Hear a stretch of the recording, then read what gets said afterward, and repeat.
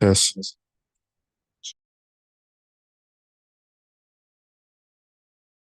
Okay.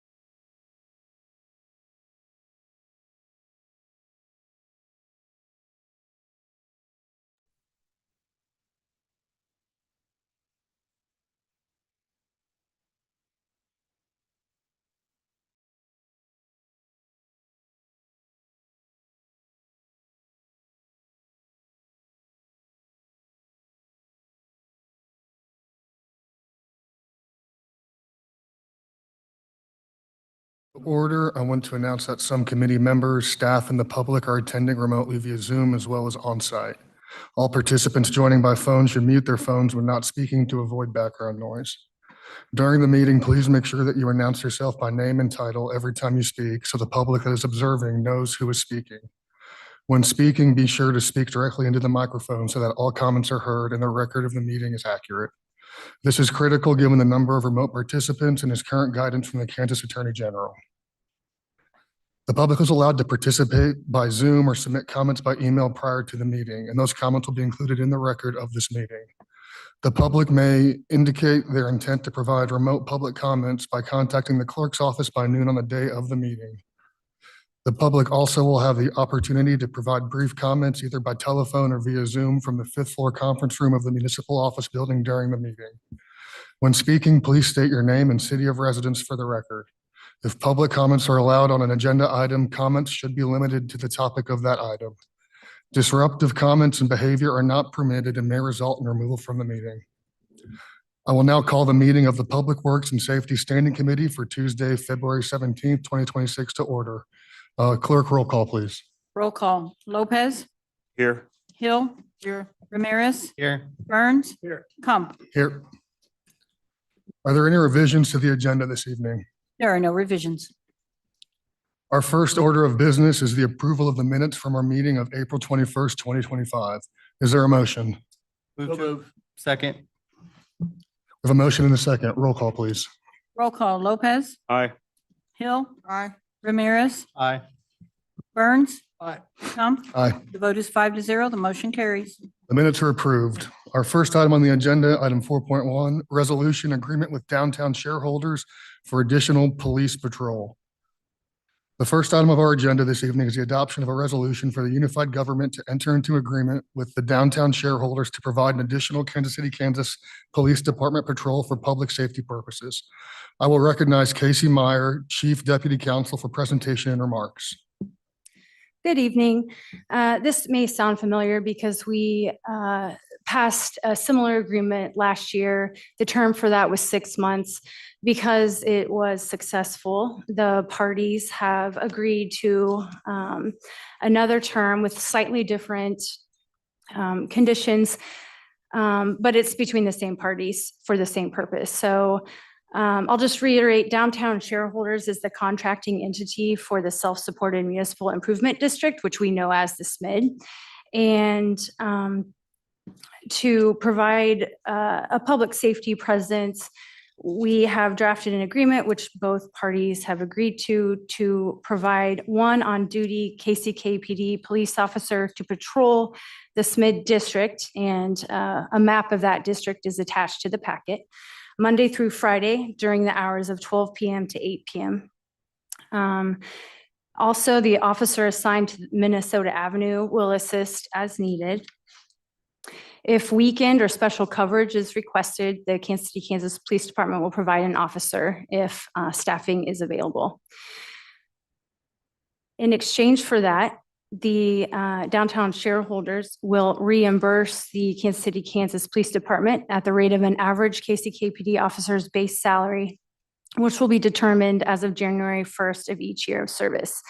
And that amount is consistent with our school resource officer agreements. And I forgot to mention, I have Kent Anderson here from the Kansas City, Kansas Police Department that will be able to answer any of our questions and provide that rate of pay. Again, this is an annual term, and we have the ability to renew the term for an additional 4 years if both parties agree. And that's it. So if you have questions, I'm happy to answer them, and so is Deputy Chief Anderson. Thank you. Does anybody have any questions on the committee? I don't see any questions. Does any clerk, did any comments, were they submitted by the public? Any comments? No comments were received. Is there anybody online from the public who wishes to make a comment? No hands are raised. Is there anyone appearing in person who wishes to make a comment on this item? I don't see anybody, clerk. All right, committee, I'll entertain a motion. Or, I'm sorry, Commissioner Lopez, did you have a question? Yeah, there's no button, sorry. Yeah, Casey, I was just wondering if, so this is for one officer, correct? That's correct. They're going to pay, basically reimburse just for the salary. Is there any way, and I don't know if it's municipality thing, but is there any way that we could charge, like we could invoice just a little bit more, like just like a contractor rate kind of a thing? I don't know if that's. I'll let you discuss the negotiations of the rate of pay. So Ken Anderson, I'm with the Kansas City, Kansas Police Department. I'm a deputy chief. Currently, we're in agreements with our 3 SROs that are out at the schools. Actually 4, excuse me. And we currently do reimbursed overtime as well with entities such as Sporting Kansas City, Azura Amphitheater, and things like that. So they do pay for some things. So, and in this case, like for 2026, the SMID's going to be charged $83,912 for the Schmidt officer that will be assigned, like Casey said, from noon to 8 o'clock in the evening. We also have a Minnesota Avenue officer assigned, and she's going to work 7 to 3, so they'll have a little layover over each officer, just so we can handle some of the issues that are occurring downtown with some of our common issues anyway, if that makes sense. Yeah, I just didn't know, like, for instance, like if there is another company, well, I'm just using this for reference with my tree service. There's a guy that he needs one of my climbers, and I pay him so much an hour, but I charge him like almost double the rate of his hourly rate just for like a contractor fee. And I didn't know if that's something that PD would do as well. I don't know that we're trying to make money off of this. I think we're providing a service for them. And I think $83,000, that's a substantial amount of money. I don't think it's out of the realm. I don't know that we would do that currently, and we don't have plans in the future to do that. All right, thank you. Thank you. Are there any other questions? All right, I will entertain a motion. Move to approve. Second. I have a motion and a second. Roll call, please. Roll call. Lopez. Aye. Hill. Aye. Ramirez. Aye. Burns. Aye. Crump. Aye. The vote is 5-0. The motion carries. Our next item is item 4.2, Resolution 2026 Violence Against Women's Act application for Kansas City, Kansas Police Department Victim Services Unit. This is a grant that will provide $116,783 with a 25% match, and this match will come from existing funds. I will recognize Wendy Medina, Victim Services Provider, Program Supervisor, for presentation and remarks. Hi, thank you. And I brought a couple folks with me in support of the grant. And again, my name is Wendy Medina. I'm the program supervisor at Victim Services at the Police Department. I've been there for 8.5 years. And I am here to chat with you all about our Violence Against Women Act grant application for this fiscal year of 2026. So to give you some background, back in 2021, the Kansas Governor's Advisory Council on Domestic and Sexual Violence Response engaged the Kansas City, Kansas Police Department, along with Friends of Yates, our local domestic violence agency, so we can work on a response to improve response to domestic violence cases in our area. So the purpose was to develop a lethality assessment program for our community. And we received guidance from the Kansas Coalition on Sexual and Domestic Violence for this project. So our goal was to establish a model community in Kansas using best practices to ensure victim safety and offender accountability, and create efforts to reduce domestic violence related homicides through strengthen and revitalize coordinated community response and multidisciplinary teams. So this project would go on to inform future frameworks and toolkits throughout the state. And we completed this pilot, and then we plan to transition a permanent version for us to keep. So that is how we ended up applying for the Violence Against Women Act for the first time in 2023. And then I secured those funds, applied again in 2024 and 2025. And now we're coming on to our next application for the fiscal year of 2026 to the Violence Against Women Act grant through the Kansas Governor's Grants Office. Thank you. Do any members of the committee have any questions? Commissioner Lopez. Okay, so this grant, like when a lady has to file what's it called? A Protection yeah, order? protection order. I was looking, is this something that helps that? Okay. Yes, So yes. I know there's been numerous times where there's been violations and nothing seems to be getting done. But how would this help? Sure. There's times where I would just go over to they're just in my district and they're afraid, and so I'll just go sit in front of your house and make sure you're okay. But how would this help? Yeah, and I brought Captain Yarslik and Ramat Abanashe, and their parts of the presentation have some pieces that might answer those questions. And if they don't, then I'd be glad to. Mhm. Captain Yarslik. Katie Yarslick, I'm a captain with Special Investigations with the Kansas Police Department. These lethality assessments are done in the field by our patrol officers when they respond to domestic violence calls. So each time that they respond, an officer conducts the assessment, and it's a series of questions that they ask. Through the assessment, they can then take intervention steps to then help the victim, either immediately or through follow-up steps. So like when you're speaking of the PFA, that would be a follow-up step. And Ramat, our coordinator, then helps them with that follow-up process. But in the field, the officers conduct them, and it gives them kind of tools. We provide shelter through our partner, Friends of Yates. And so officers are able to find immediate assistance for victims. And if that's not available, then we have other steps that we take, such as hotel vouchers. We also provide transportation, food bank, resources through Wyandotte Behavioral and other entities within our community. So we have formed a CCR. Currently, we're the only CCR within the state functioning. And what that is it is leadership from within our community. And we meet every other month.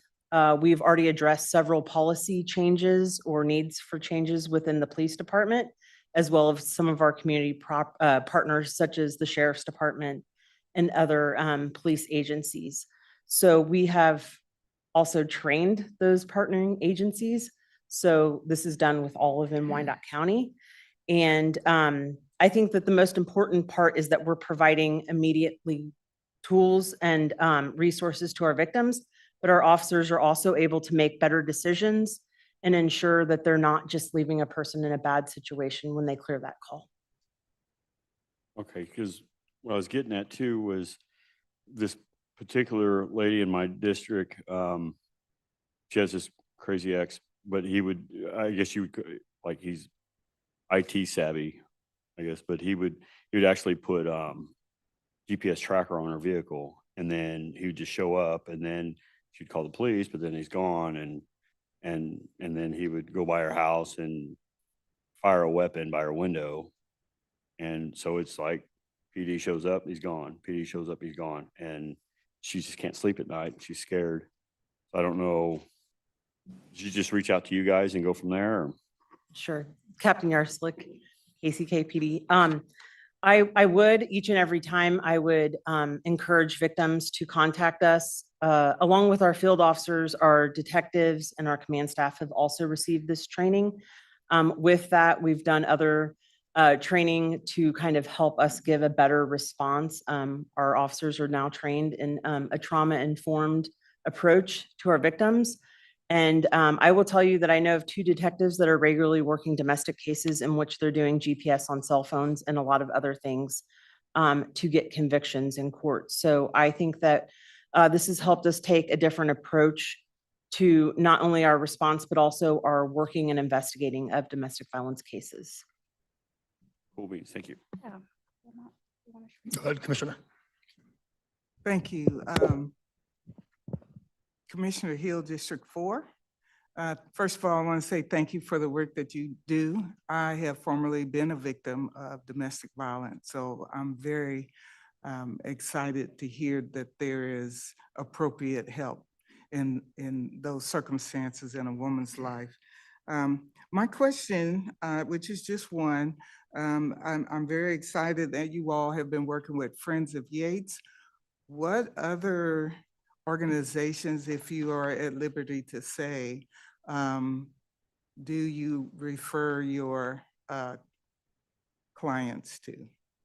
Yeah, great question. I think Vermont she brought some stats to share with you all, and I think part of that can include the information about our partner agencies, because there's a ton, and we're glad that they're at the table.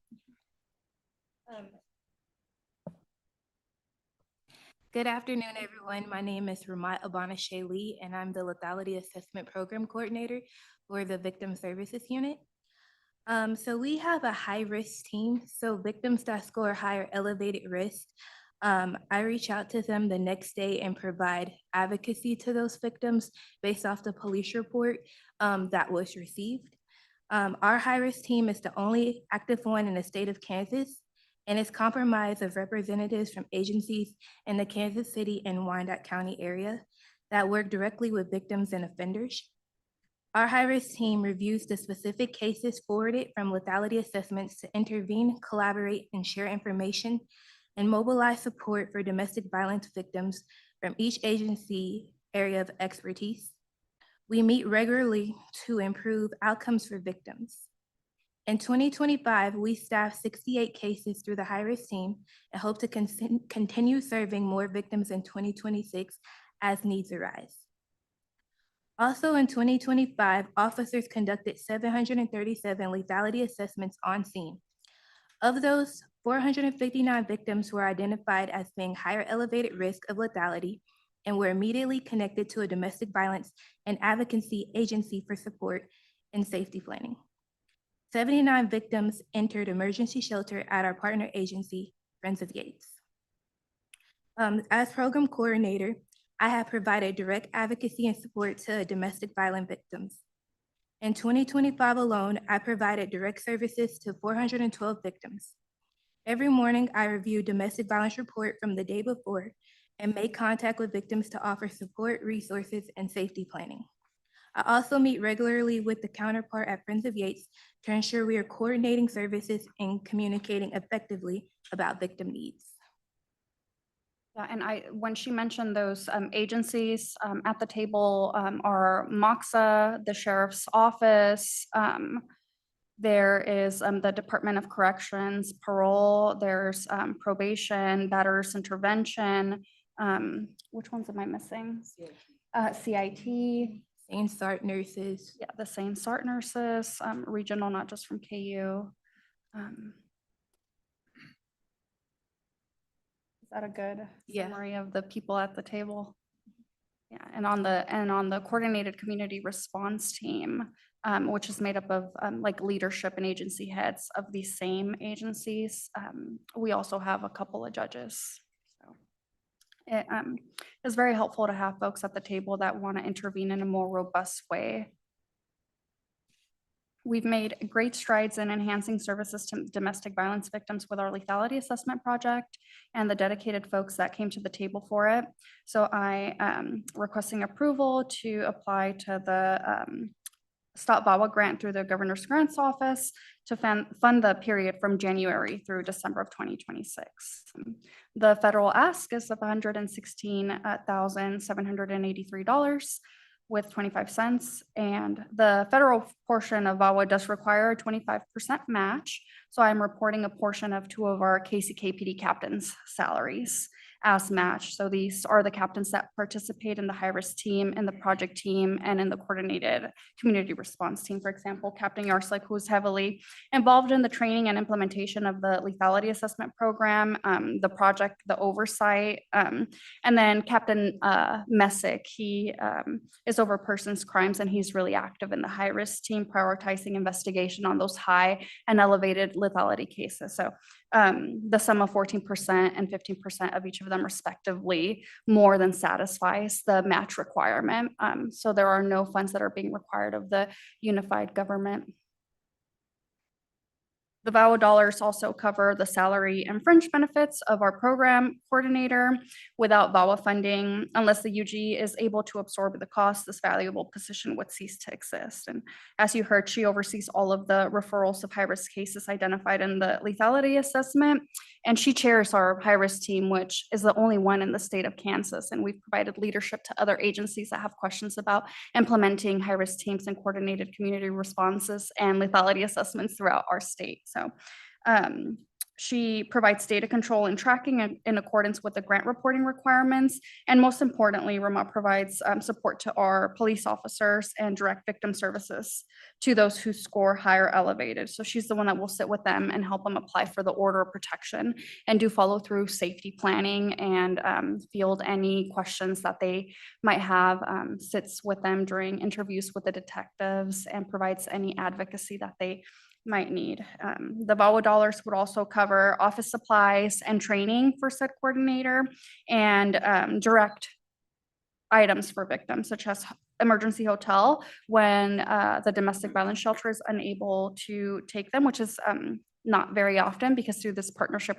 our partnership with them is really strengthened.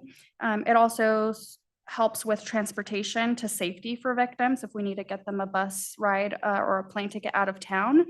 And other crisis intervention supplies, sometimes they need an emergency meal or clothing or diapers or formula for their kids. Sometimes we need to replace their cell phones. Sometimes they need a new set of clothing and that kind of assistance. So this program has been truly historical for our community, and I'm very proud to be in this role as we are implementing these innovative strategies to address intimate partner violence and put an end to domestic violence related homicides, which have affected us deeply.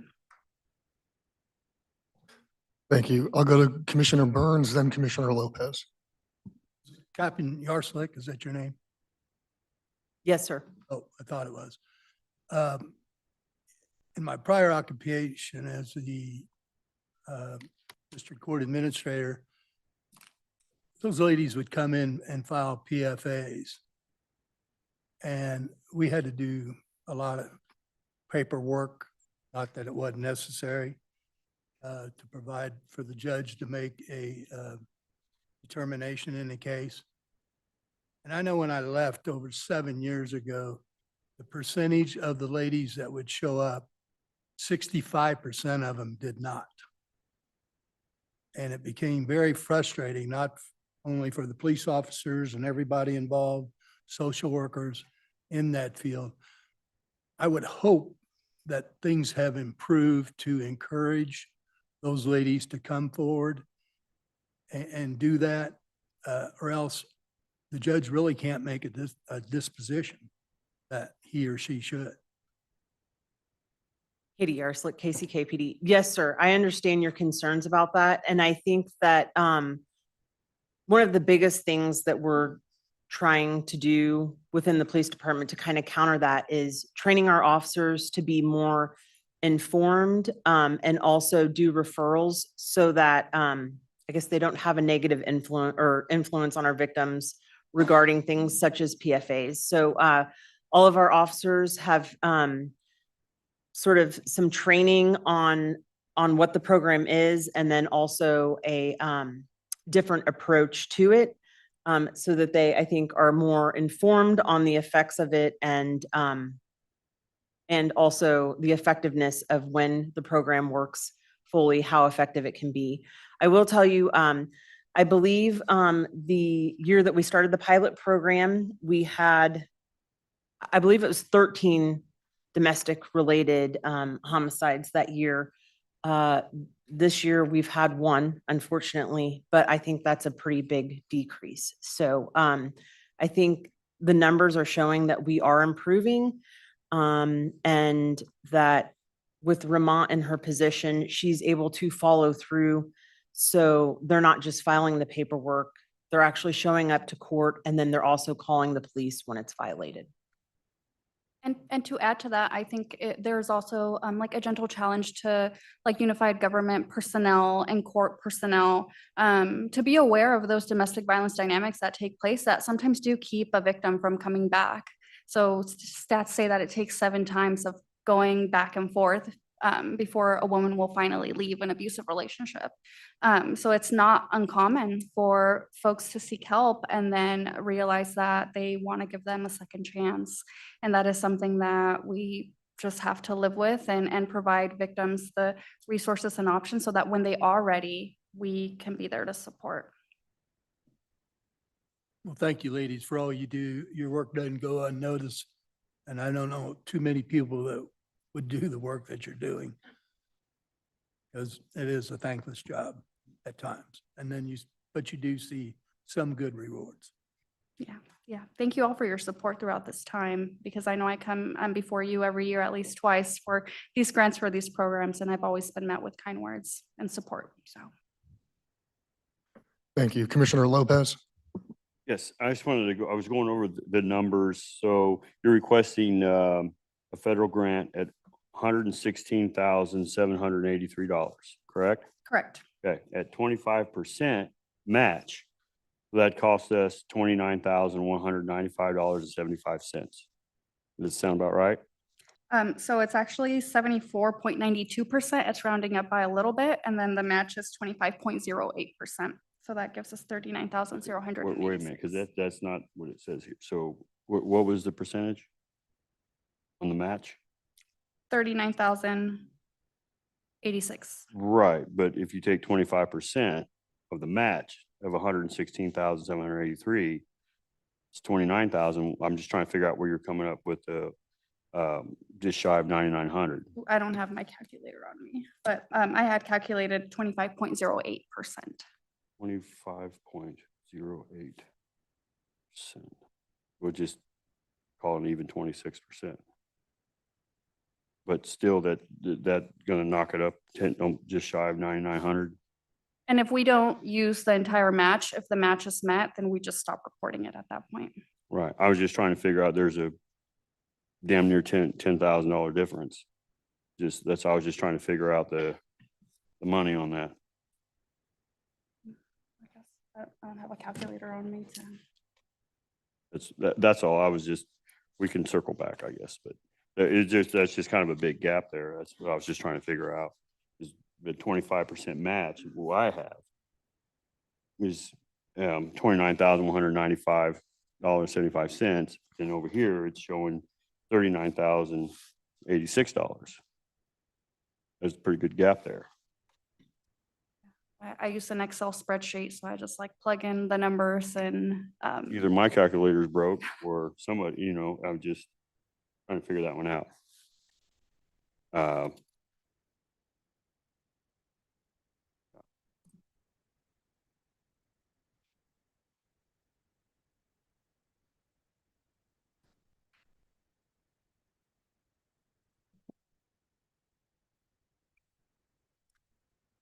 Well, even at 26%, it's $30,363.58. Okay, Not 39. Now we're still short. I think I know what's happening. So the 25% is of the total project, not of the federal amount requested.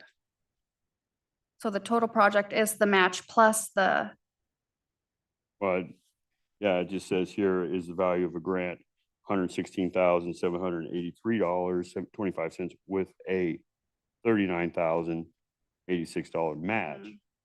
yeah, so But that's the somewhere it's not saying- 116,783 plus the 39,086.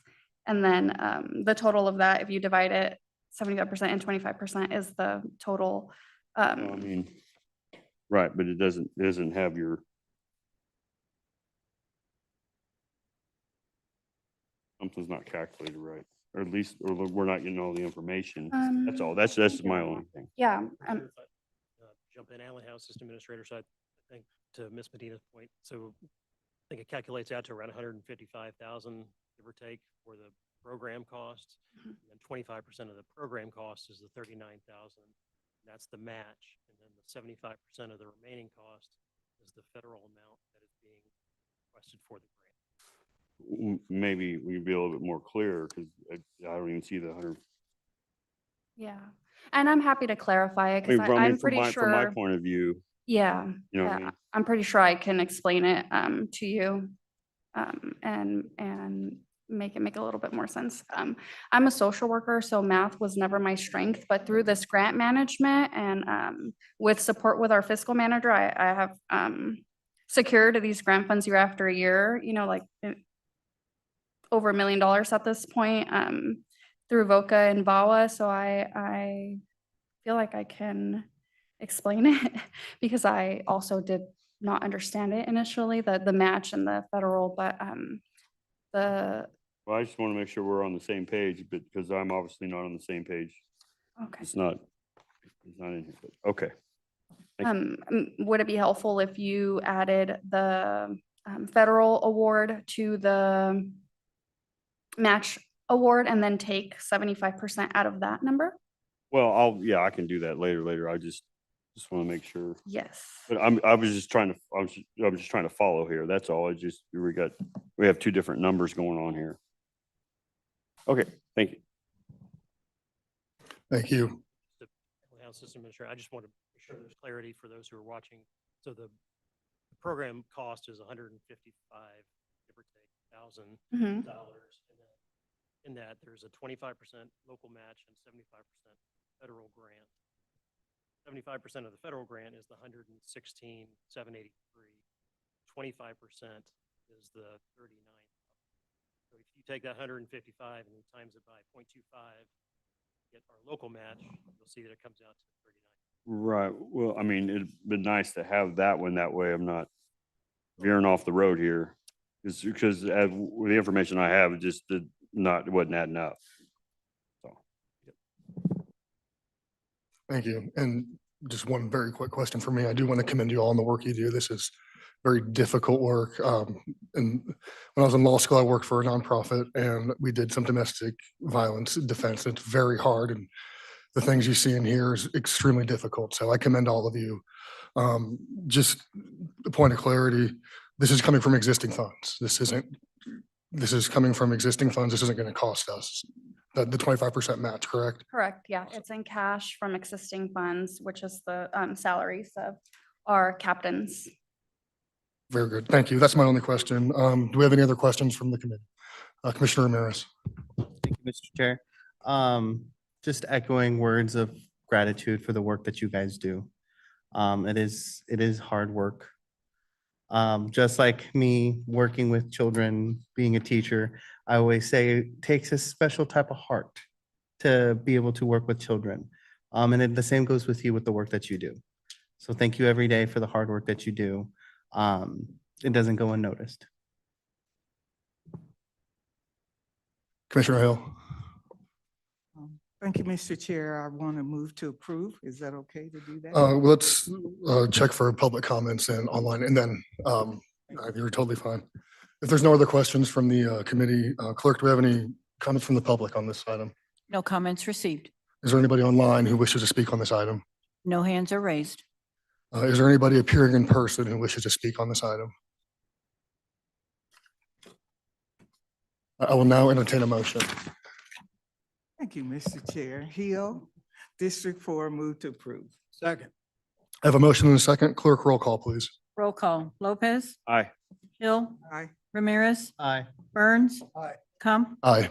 The vote is 5-0. Motion carries. Thank you. And then, Mr. House, you wanted to make a comment? And this is the last time I think Ms. Medina will appear before this committee in this capacity. So we are sorry to lose her, but she's taken another great opportunity. And so the 8 years or 8.5, however long it's been, has been, I think, marked by leadership and innovation in the program. You heard a number of firsts here just referenced tonight. And so I just wanted to recognize and thank her work and her leadership with this program and what it's meant for the department as well as for the many people that you've served in that.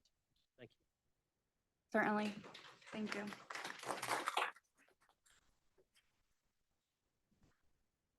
I appreciate it. Yeah, not a decision taken lightly, but I feel like it's a chapter of my life that well, I can't get into it too much because I will begin the tears. Yeah, just very proud of everything that we've done, all the people that I've collaborated with throughout the years, all of the support. And I will continue to be in a space serving victims of crime and first responders, but as a mental health therapist.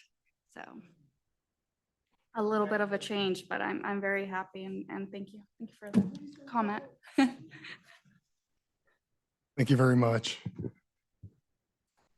Our next item is item 4.3, Resolution Fiscal Year 2027, Kansas Department of Corrections Adult Services Grant Application. The next two items on the agenda are related. The first item is adoption of a resolution to approve the fiscal year 2027 Adult Services Grant to the Kansas Department of Corrections. This application was approved by the Community Corrections Adult Advisory Board on February 4th, 2026. I will recognize Community Corrections Department staff for presentation and remarks. All right, Ryan Lockaby, Community Corrections Adult Division Administrator. Thank you for this opportunity to come speak with you today. We are requesting approval to submit the FY27 grant application to the Kansas Department of Corrections to fund our adult division operations. This grant's been around for 40+ years, and there's no local match required from the unified government.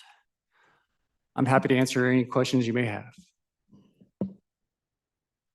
Do any members of the committee have any questions?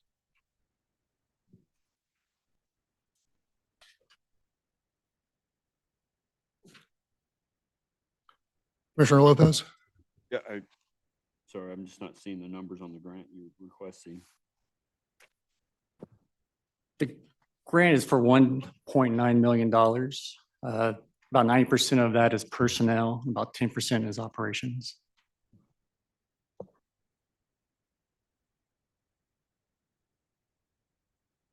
Commissioner Lopez, it is in the resolution. It's the dollar amounts in the resolution.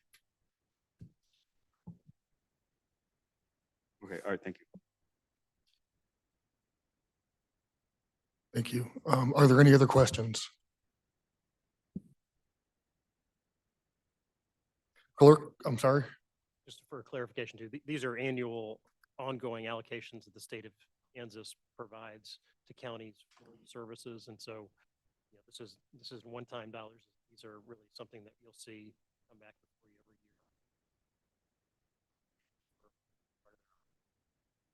every year. Thank you. Are there any comments received from the public? No comments received. Is there anybody online who wishes to speak on this item? No hands are raised. Is there anyone appearing in person who wishes to speak on this item? I don't see anybody. I will now entertain a motion. Move. Clerk, we have a motion and a second. Roll call, please. Roll call. Lopez. Aye. Hill. Aye. Ramirez. Aye. Burns. Aye. Comp. Aye. The vote is 5-0. Motion carries. Thank you. Item 4.4 is a related item, fiscal year 2027 KDOC Juvenile Services Comp Grant application. I will recognize Community Corrections Department staff to speak on this item. Hi, good evening. Bonnie Mejia on the Juvenile Division of Community Corrections. So same, this is the 29th year of the Kansas Department of Corrections Juvenile Grant. Again, like Mr. Howes mentioned, this will be something that comes before us every year. We use this grant to fund personnel for intensive supervision probation in our community and our intake center, our on-site SUD and mental health contract, and our prevention side as well. We have a contract for prevention. It too is a non-matching grant. And yeah, if you have any questions, let me know. Thank you. Are there any questions from the committee? We received any comments from the public to speak on this item? No comments received. Is there anybody online who wishes to speak on this item? No hands are raised. Thank you. Is there anybody in person who wishes to speak on this item? I don't see anybody. I will entertain a motion. Move to approve. Clerk, we have a motion and a second. Roll call, please. Roll call. Lopez. Aye. Hill. Aye. Ramirez. Aye. Burns. Aye. Comp. Aye. The vote is 5-0. Motion carries. Thank you. Next item is item 4.5, ordinance amending the special event code of ordinance regarding small vendor fees. The next item on our agenda this evening is approving an ordinance to promote small vendor fees. This change will help keep small vendors participating in events. I will recognize Greg Talkin from the Neighborhood Resource Center for presentation and remarks.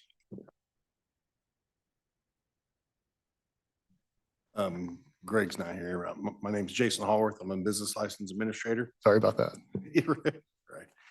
Right. This change aims to support small vendors, events, and assist organizers in maintaining their events in KCK rather than discouraging them.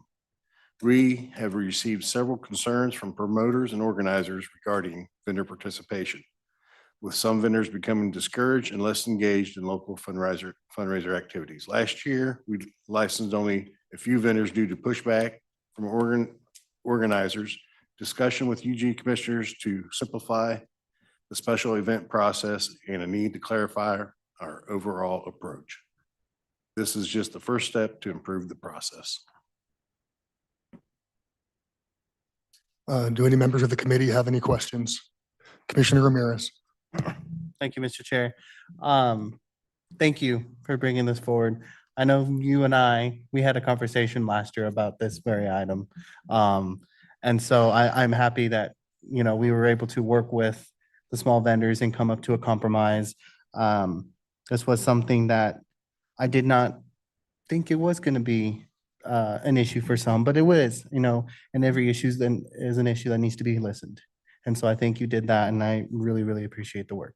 Thank you. Commissioner Burns. Will this help to improve the relations on the, what is it, the last Friday of the month between April and October for the vendors? So they're not getting overburdened with that fee? The third Friday Art Walk is, I think, what you're speaking of. Yes, that should help that event. This change is for 5 events or less. That event has 6 events. So somebody that participates in all those events may have to get a license. We're going to push for them to get a license, but if they only do 5 events a year, this is going to help events like Turner Days, Piper Craft Fair, 913 Days, Juneteenth, Silver City Days, Third Friday Art Walk, and CABA events under 2,000 in attendance. So it's going to help a lot of these smaller events promote and not scare these vendors from trying to participate. That's what we're looking for. Did I, you say something about 5 or 6 for the Art Walk? I don't Yeah, on get that. the ordinance change, we've decided that somebody's going to all these events and popping up and selling stuff at each of these events, and they're becoming a business and they need to be licensed properly. If they're just showing up at Turner Days, or if they're just showing up for 3 or 4 events at the third Art Walk, then we're going to give them the pass on making them get to pay the OC tax and license fees at that time. Rachel Miskey, Neighborhood Resource Center. So just to clarify, the ordinance reads if you participate in 5 or fewer events in the year, then you don't have to pay for a vendor license. Once you hit that 6th event for the year, whether it's one of these small events or something else, then that would push you into getting the full license instead of a temporary license or the forgiveness for that many events. It's to help out those that maybe pop up at 2 or 3 of them. They go to the Piper Craft Fair, or they just go to Turner Days to sell grandma's homemade goods, things like that, so that they're not discouraged from participating. But we're giving them basically 5 events a year to do those types of activities. We're relying on the organizers of the events to provide us with a list of vendors, and then staff will take care of tracking. Once those people hit over 5 events, then we would make contact and get those people registered. I noticed during the Valentine days, there were a lot of people on the street selling things. And you had other vendors, like a florist across the street, paying taxes. And these people are out there in the middle of the street, bothering traffic, doing everything else. And nothing ever seems to get done about that. I would hope there's some type of enforcement that we could do that with, because they don't pay any attention. They just go ahead and try to sell whatever on their little port. Have you gotten those complaints? Rachel Miskey, Neighborhood Resource Center. We do get complaints. Those people would not be covered in this ordinance because it's not for a special event type of organization. We do get complaints on those. The hardest part of those is their pop-up and they're there for a couple of days. We have to rely on PD to help intervene with them. If we can have staff working, sometimes we don't have staff working 24 hours a day to catch those, a couple of days where people do that. We do see that, but we do get complaints on those, and we field those complaints as best we can. Well, I think there ought to be more enforcement with that. If it takes people in the office to come out and do it, it's not every day, it's not every weekend, it's just on special occasions. Mother's Day, Memorial Day, Valentine's Day. I just don't think it's fair to the other vendors and the businesses that are paying taxes, and they're not. Absolutely understood. We'll get together and see what we can come up with for some better enforcement on that. I'd recommend you go out and cite them and fine them. and then maybe that'll calm it down. So I know especially up and around 18th and Central, it's dangerous. You know, they're out in the middle of the street. You know, somebody's going to get hurt, Absolutely. and, you know, they don't seem to care. So I'm getting a lot of complaints about this. So I would hope we could come up with some solution and then, you know, either personally get back with me or Sure. through Alan or whatever you can do. Will do. I know you can't do it all. I get it. I know you try. Thank you, Commissioner Burns. Commissioner Lopez. Yeah, I just wanted to piggyback off of Commissioner Burns, the same thing. I see the same thing over where I bank at there at 18th and I-70. There's the grocery store and Sunfresh and all that. Every time I go in there, they're selling oranges and food and, they hustle. I get it, but the same thing, but I think I believe is that private property in that parking lot? So is that still your realm regardless? All right, thank you. Thank you. Are there any other questions from the committee? I just have one very quick question. So the current vendor fees, it's $10 a day, not to exceed $30. Is that correct? No, we charge $30. It's $30. $30 for a temporary vending license. Okay.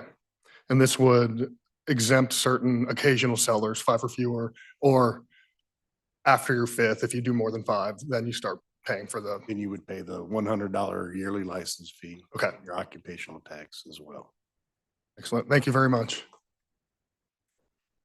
Any final questions? Clerk, do we have any comments from the public on this item? No comments received. Is there anyone online who wishes to speak on this item? No hands are raised. Is there anyone appearing in person to speak on this item? I don't see anyone, so I will entertain a motion. So move. Clerk, we have a motion and a second. Roll call, please. Roll call Lopez, Aye. Hill. Aye. Ramirez, Aye. Burns, Comp. Aye. The vote is 5-0. Motion carries. Thank you. The next item is item 4.6, presentation Federal Transit Administration Congestion Mitigation and Air Quality Funding Update and World Cup Preparation. The next item on our agenda this evening is a presentation providing an overview of federal transit funding and transit services supporting public transportation in Wyandotte County. This briefing also outlines planned service enhancements and operational investments to prepare for increased travel demand associated with major events, including the World Cup. I will recognize Desiree Bush, Transportation Director, for presentation and remarks. Hello, everyone. Desiree Bush, Director of the Unified Government Transportation Department. And with me, I have Michael Peterson, Deputy Budget Director. Michael was instrumental in assisting us secure our FTA funds.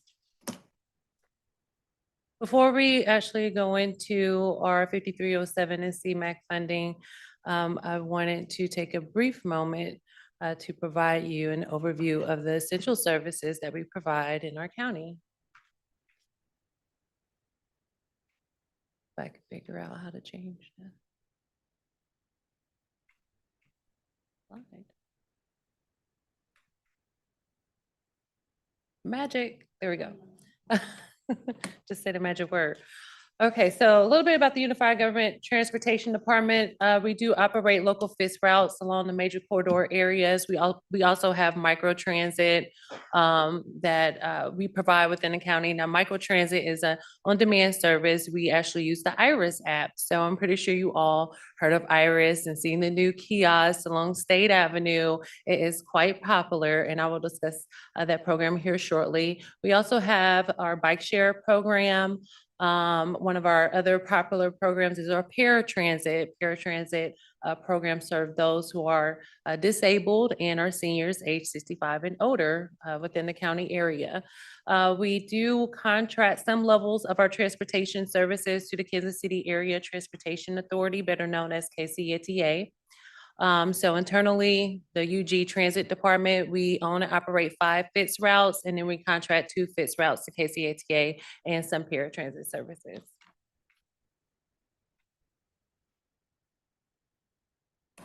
Okay, here's a snapshot of our 6-year data trend on our FITS routes from 2020 till 2025. Overall, you see a 73% increase in ridership, and from 2024 alone, ridership increased nearly 7%.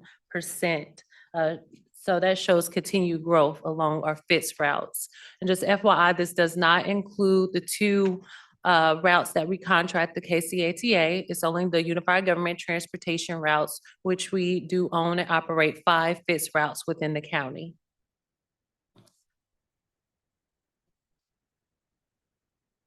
Here is a snapshot of the geographic area showing all of our FITS route lines, including the KCATA FITS route lines. So in the gray, going south, we have the 107 7th Street route that actually extends to the plaza. We started that this year in January, made a big announcement.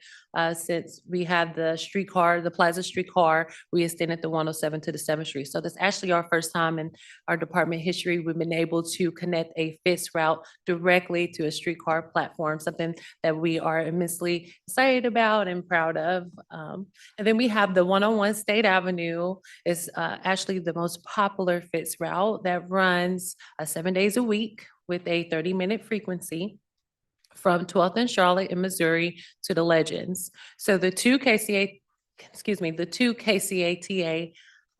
FITS routes actually provide by-state access, just FYI.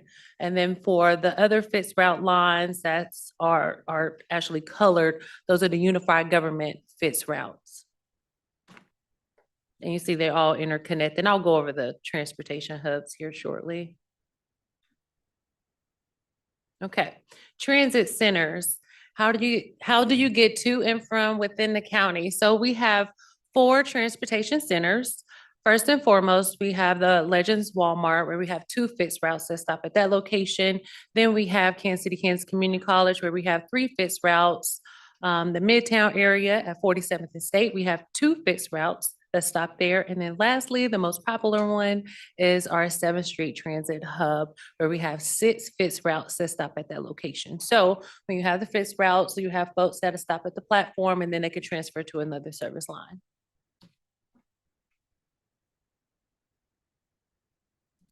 We have our Ride KC Freedom paratransit service that's available to those who have a disability, who have limited mobility, seniors who are 65 and older.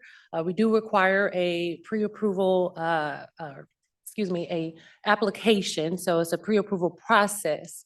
So basically they'll receive their application. If they are in need of the service, they'll complete the application, their doctor will sign that application, they'll submit it to us. And then according to FTA regulations, we have 21 days to approve that application.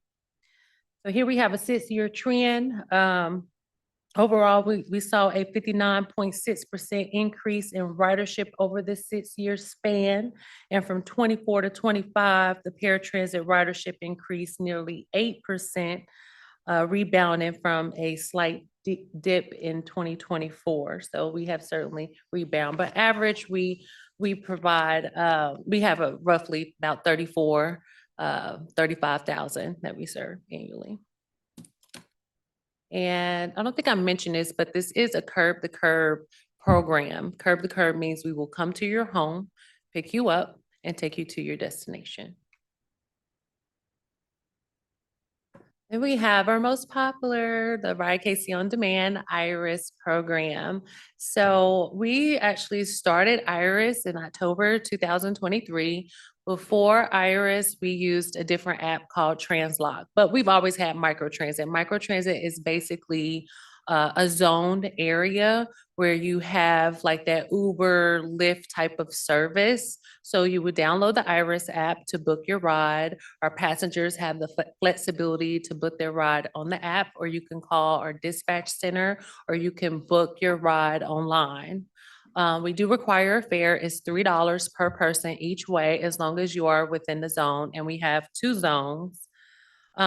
So over the 6-year span, you see a increase in 2025.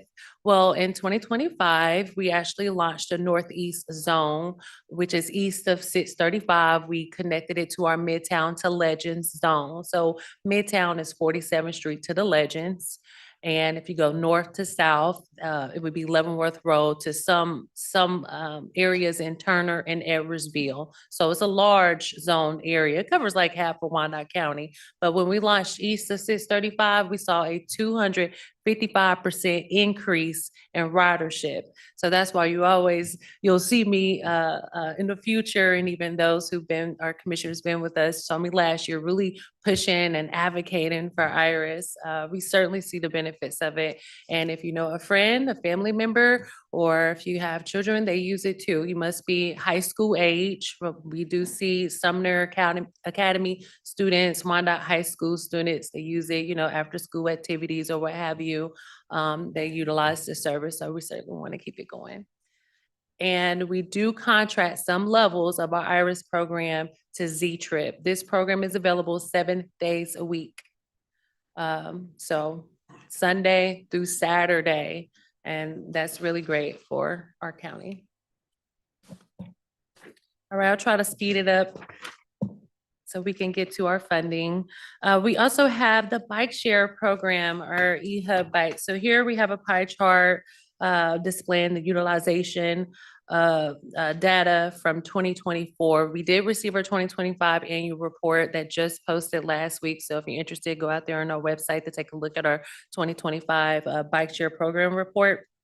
But Bike Walk actually helped administer the program. Our top 3 hubs for the county is KU Medical Center, City Hall, and Fisher Park. All right, lastly, we have the non-emergency medical transportation program. We actually partnered with the Wyandotte County Health Department in 2022. And we partnered based on the community health improvement plan. We saw that folks, they need to get to clinics within the county. They needed that level of access. So, transportation will play a role in that, as transportation is the foundation of America, and Wyandotte County to transport all of those to transport individuals to essential services.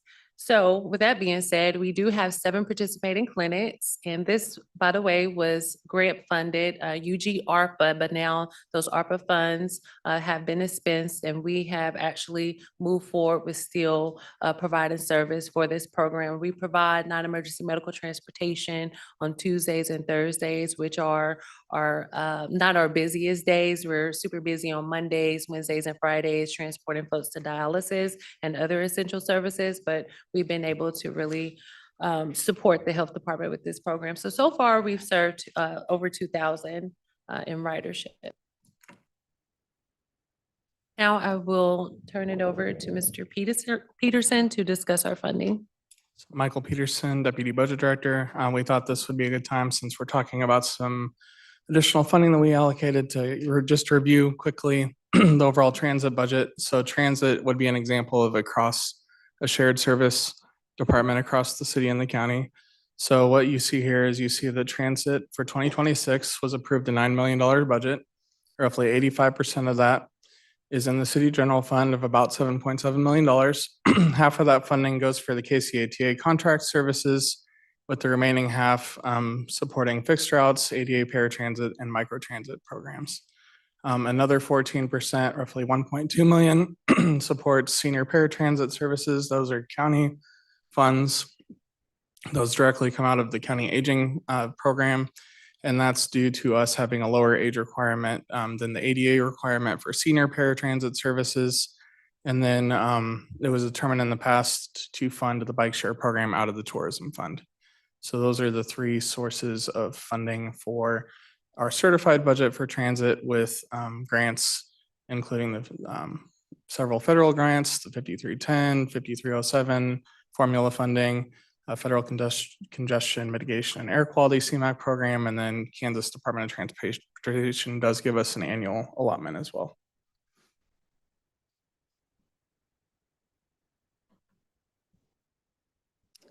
Desiree Bush, Unified Government Transportation Department. Now we'll go into our operational capital needs. And based on the solutions, Mr. Peterson will go over the solutions and how those are funded. For operational needs, we would like to continue the IRIS program through the end of this year. The IRIS program was grant funded by KDOT funds and UG ARPA. Those funds will they'll probably run out in like mid-March or early March.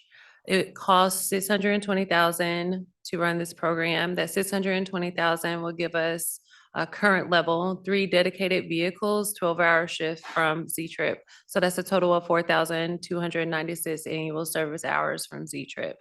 And again, it's that 7-day-a-week service. So 3 vehicles, 12-hour shifts, Sunday through Saturday. So, one of the, I guess, can you go back?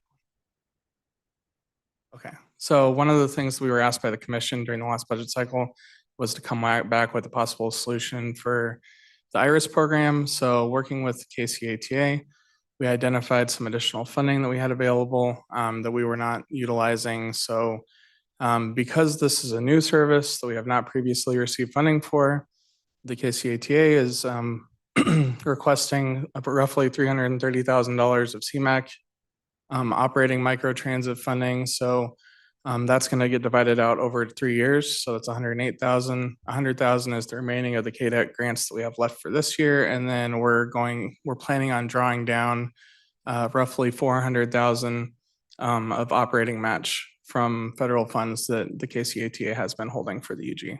And that should fully fund our current IRIS program for 2026. And then we would need to determine the plan for that going forward into next year's budget cycle.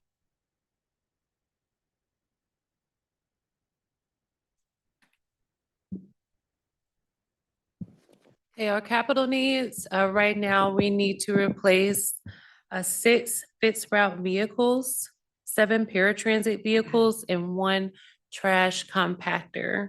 So according to our transit asset management plan regionally, we call it TAM. We have a TAM plan and we submit that to FTA, federal government. So they look at our vehicle condition, which is ranked between 1 and 3. And based on our mileage, we have a useful life of our vehicles. We need to replace them every 3 years or until we reach 100,000 miles. For our fixed routes, they are the 25-foot cutaway buses that we use along our fixed route corridor areas. We need 6 that we need to replace, but I do have a total of 14. So I need to replace 6 of the 14. And then for the 7 paratransit vehicles, we replaced quite a few last year, but I have remaining 7 that I need to replace that have met its useful life. And we have 1 trash compactor that we purchased last year used. It has met its useful life. When we purchased the trash compactor, it pretty much met its useful life, but we use the trash compactor to pick up trash along the fixed route corridor area at our bus stops. We have receptacles at our bus stops. So we have 2 general laborers that go out daily to dump the trash along the corridor area. So Michael Peterson, Deputy Budget Director, again, working with the KCATA, we were able to identify some additional federal funds the unified government had access to. So we're planning on utilizing an additional $2.3 million in federal funds. Of that, 1.78 of that would be for 5307 funds to replace 3 buses, the paratransit vehicles, and the trash compactor truck. The match would be utilizing operating match that we would be taking from 5307 funds to offset our current operating budget. So there's no additional UG funds required. And then the CMAQ capital funding we would be using to replace another 3 buses. Again, there's a match of 114,000 for that. But we would plan on drawing down operating match from the KCATA of 5307 funds. So again, no additional funding would be required from the UG to acquire these $2.3 million of fleet that were not in the prior budget.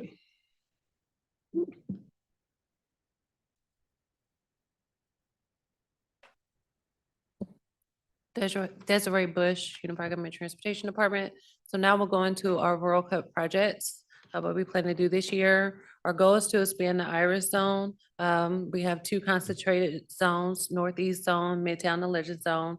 Our goal is to expand microtransit countywide and have a point-to-point on the Missouri side, connecting our residents and visitors alike to the stadium and to FanFest.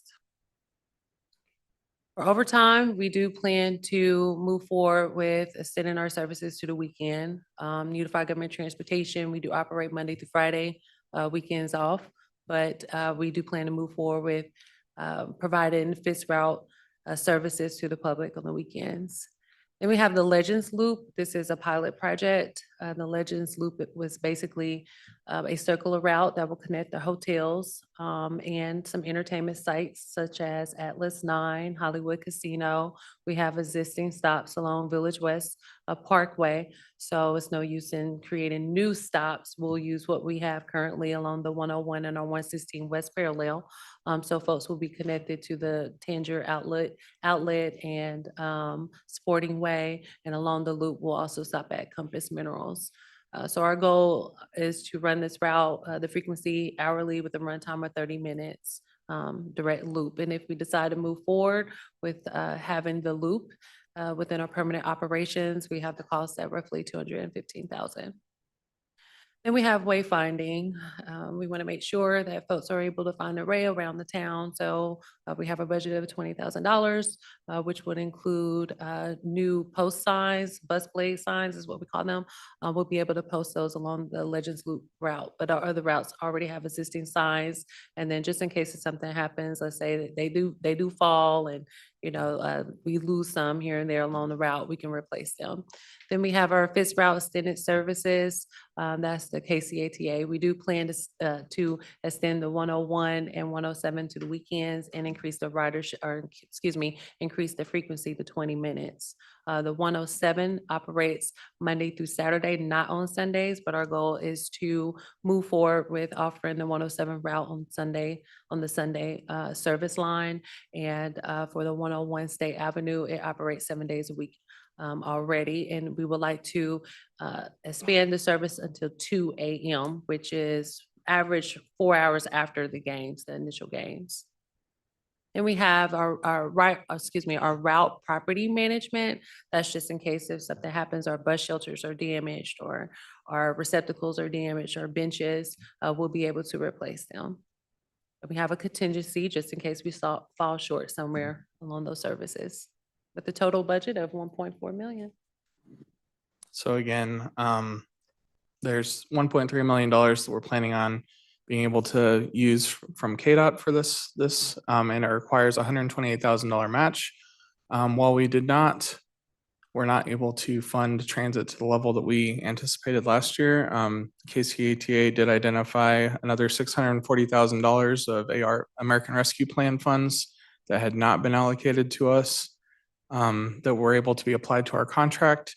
So we anticipate that generating enough savings in our current budget to have enough for the $128,000 match, and that would not require any additional funding by the UG that's not already in the budget.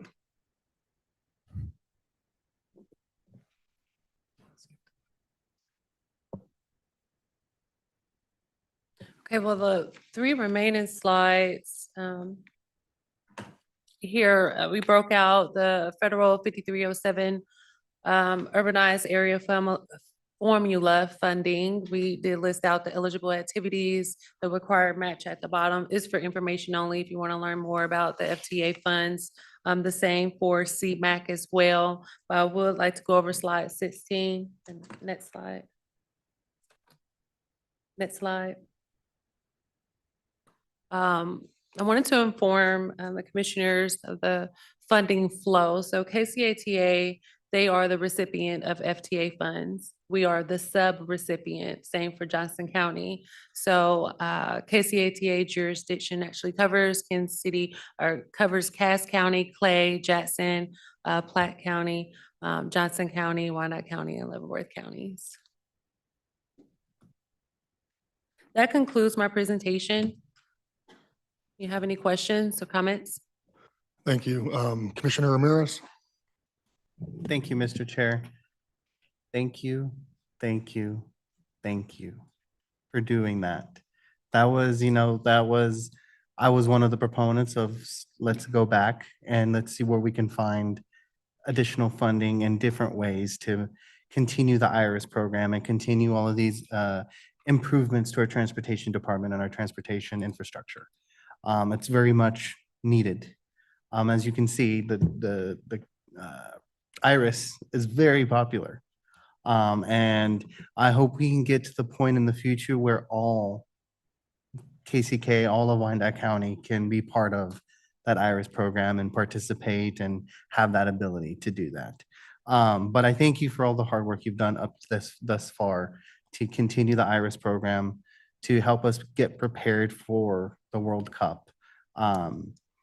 Just like parks, you guys do not get the funding that you deserve, but you do a lot with what you're given. And I appreciate that for you and your department, what you do with the funds that are given to you. Just like with parks, I will continue advocating for transportation, continue advocating for our fixed routes, opening a couple of our closed fixed routes that we had, and expanding the IRIS program. So thank you for all the work that you do. Commissioner Hill. Thank you, Mr. Chair. Thank you for your report and the work that you all have been doing. Excited about the money you found with COVID dollars or was The CMAC and 5307 funds. yes.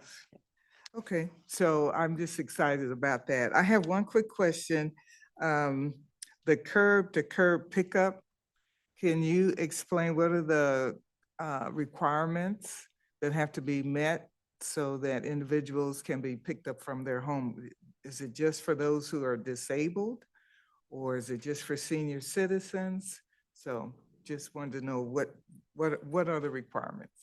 Yes, for the paratransit service, it's curb to curb. So if you are a program participant of paratransit, you automatically receive the curb to curb service. And I will say it's the same for IRIS, it's a curb to curb service. So we will come to your home or your pickup destination, and we'll drop you off front door service to your drop off destination. So again, it's for paratransit and IRIS. We do offer curb to curb, not for fixed routes, of course, because that's along the main corridor areas. Thank you. Any other questions or comments? I just want to say thank you for the hard work you've done. Finding that money is very impressive, and echoing Commissioner Ramirez, you guys do a lot with a little, and it's appreciated. Personally, I believe the IRIS program is awesome. I mean, it's great. It's cheaper than an Uber. I'll tell you that. I mean, it's awesome. So if there's no further questions or comments from the committee, clerk, have we received any comments online for this item? I'm sorry, any written comments from the public? No comments received. Have we received any comments online, or does anybody have their hand raised online? No hands are raised.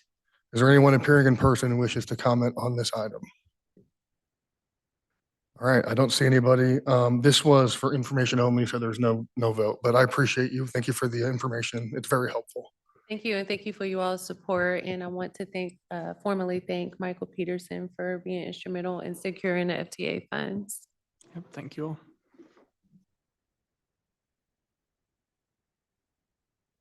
All right, our last item is item 4.7, presentation, Safe Streets for All Vision Zero Action Plan.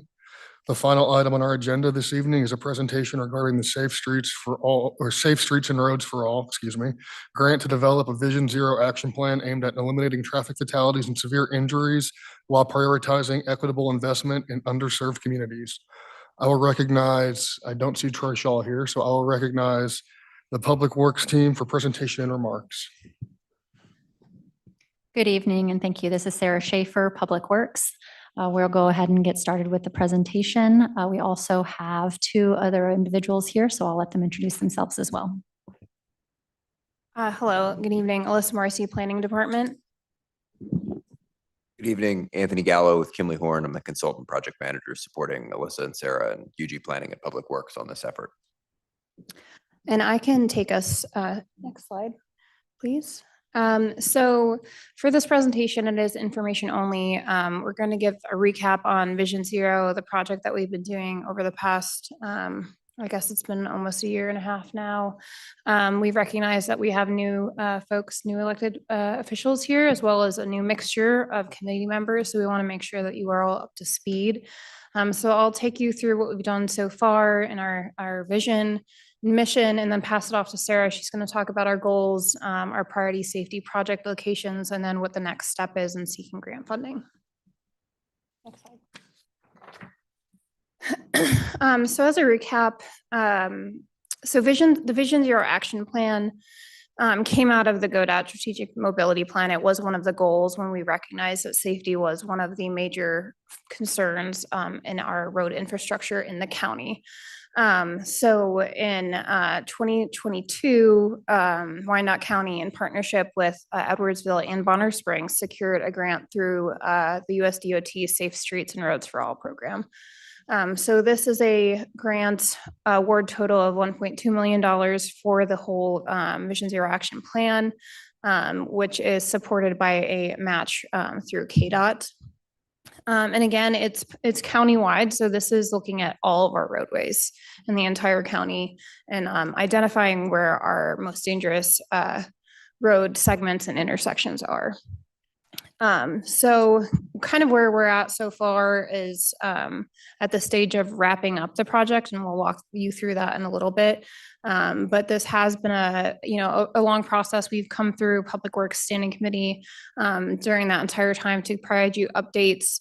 Earlier in fall of 2025, the Board of Commissioners and the City Planning Commission did adopt the vision, mission, and goals of Vision Zero. So that timeline, so we started in the winter of 2024.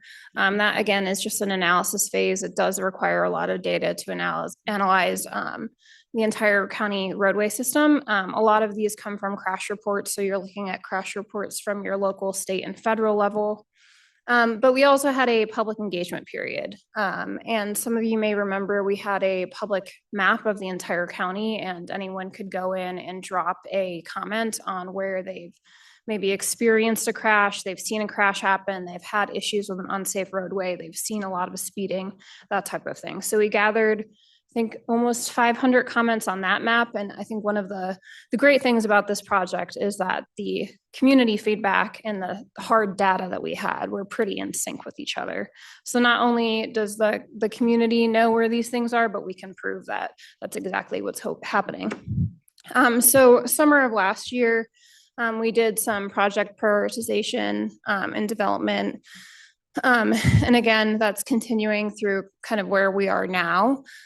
So part of this process is reviewing not only the makeup of our roadways, but what are the policies behind how we manage our roadways, anything from zoning to traffic management to our, police and fire departments and that type of thing.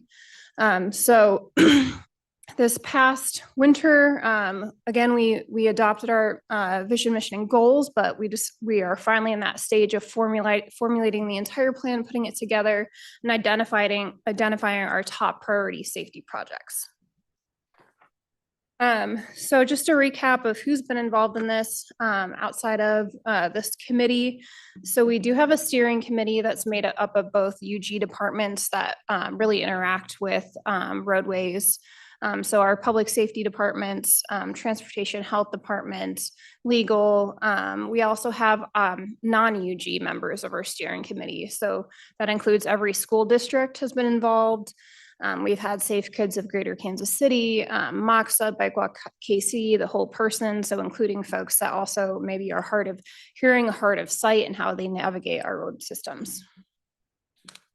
Next slide. And then to summarize, so what is Vision Zero? If you haven't gotten a gist already, essentially the vision is to achieve zero traffic deaths and fatalities. So what you see here is a specific vision and mission that we wrote out as part of this process, and our steering committee was involved in this. And this standing committee was also involved in that. But the goal is to eliminate those traffic fatalities and serious injury in Wyandotte County. by 2050. So now I'll pass it over to Sarah. Thank you, Alyssa. Sarah Schaefer, Public Works. So next slide. So what does the SS4A give us in terms of our county and UG goals? So our goals here are pretty straightforward. As Alyssa said, there's ways to navigate the space within the right of way, what we put in there, how we design it, how we move things forward to ensure that we're reducing or eliminating any of those vehicular and pedestrian and non-motorized vehicular crashes. Other parts of the goals that are implicit is that we also know that our funding for our transportation system is very limited. And so any way that we can make ourselves more competitive and more eligible to various funds is very important to this county and all the cities that make it up. And so by moving forward with the SS4A goals, mission, and our plan, it makes us eligible for funding through the federal spaces as well as the state spaces. Next slide, please. So in our next steps, we have the SS4A implementation grant, and that's what we're getting prepared for now. So our funds would be the design and construction of the transportation safety projects that would be prioritized in the way that the data as well as our feedback has indicated. So examples of this would be intersection improvements. We have pedestrian and cyclist facilities that could be inline or offline of our vehicular spaces, traffic calming and speed management. So in 2025, there was millions of dollars given across 67 grantees. And in Kansas, there was 2 awards. So Leavenworth County and the city of Wichita, they had their plans ready to go a little bit earlier, and they were able to go ahead and get awarded that funding. So the max award amount is $25 million, and it does require a 20% local match. However, we also need to make sure that we note that right now, Build Kansas Fund can cover most / all of it. At times, I feel like I'm a salesperson. Just you wait, there's more. So with this particular space, we're looking at the fiscal year 2026 applications that are anticipated to drop in June. And so between now and June, what we're looking to make sure that we accomplish, next slide, is ensuring that our priority safety project locations are clear, concise, and understood by all those who are involved in making these types of grant decisions.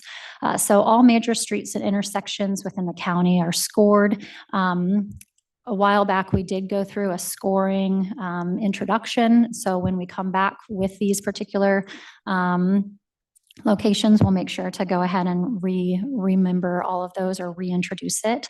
So this also includes crash history and crash risk. Those two are very different, but they rely upon each other to make sure that we're prioritizing correctly. So what we've been noticing is that locations are widespread throughout the county. And so what we're going to be doing is come up with a short list of approximately 20 locations, and those are going to be the ones that we target first. You know, we anticipate some of those might be similar in nature, so the same safety measures may be applicable to many, and they could be packaged up in various ways, but we're taking a look at the ways to be the most successful with some of those shortlisted locations. So some of our top locations from our steering committee, they would be assessed further by the municipalities who are affected by receiving these funds in order to ensure that they get spent and they get completed on time. So all additionally, coordination with KDOT where applicable. We know that some of these locations may need to have collaboration and coordination because they may be shared spaces or affect varying jurisdictions. And so we want to make sure that we're being mindful of how that affects our top 20 locations. So what we're expecting kind of in this next set of presentations that will come to you is that we will be going through what these shortlisted items are, discussing them, and then coming up with a way to make them eligible to be continuously going after funding by staff. Next slide, please. So how these are going to be listed out is in the location, we've got high injury network. We have high risk. And so they have a baseline or a metric of how they're being ranked and prioritized.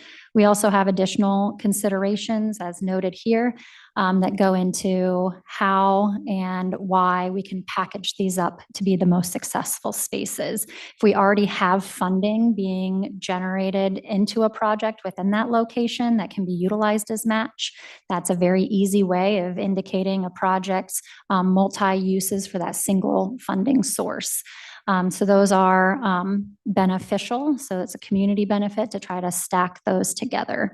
We also have locally maintained streets that we need to make sure that we're continuously making improvements on that are affected by folks either coming through or needing access to unified government and our county's roadway networks. So these would be those connected roads that get our spaces, hotspot locations, our job locations. I'm losing the word of what I'm trying to say. Anyway, we have lots of them around the county. Everybody wants to get there. We're going to try to get there. So there's my space on that. So next slide. So our next steps, as we kind of talked about before, is to finalize the Vision Zero plan documentation, roll through and understand how we're prioritizing and finalize that for our Vision Zero space. Once we complete that, then we would be eligible to go after the implementation grants. And we would be able to take a look at funding for up to 5 priority safety project locations in this first particular round. So adoption by the commission does not bind our particular governments within the county to anything. What it does is it allows all of our municipalities and our governing bodies to have the opportunity to compete as their funding and as their project demands allow. So that's one thing that we want to make sure that we're very clear on when it comes to the adoption process. To be eligible for grants, it does need to happen, but it does not bind any municipality to any type of commitment. Next slide. So with that, if there's any questions on how the planning process is and then how the data process is with the public works side of things, we're here to answer some questions, and then just know that we will be back with the plan and the prioritization to start making those adoptions and decisions. Thank you. Are there any questions on the committee? Commissioner Hill. Thank you. Thank you, Mr. Chair. Thank you for your report. I'm absolutely fascinated with it because it is identifying high-risk areas for traffic accidents. And so that means you got a lot of work to do because there's certain areas that's really dangerous in the wintertime, certain area that in the summertime that's dangerous due to overgrown grass and weeds and all of that. So I'm very interested on the other side of this meeting when you come back with your data on what you discovered and found. So thank you for this.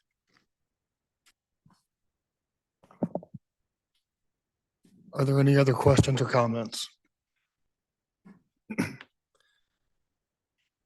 Clerk, did we receive any comments from the public on this item? No comments received. Is there anyone online who wishes to speak on this item? No hands are raised. Thank you. Is there anyone appearing in person who wishes to speak on this item? I do not see anybody. Well, thank you very much for your report. This is very helpful information for us. This item was for information only, so there was no vote. At this time, that concludes our meeting this evening. I will entertain a motion to adjourn. Move to adjourn. Second. Clerk, we have a motion and a second. Roll call, please. Roll call. Lopez, Aye. Hill, Aye. Ramirez, Aye. Burns, Kump. Aye. Vote is 5-0. Motion carries. Thank you. We are adjourned. The Administration and Human Services Standing Committee will begin shortly. We will give a couple minutes to let staff switch out and commissioners switch out as well before we get started.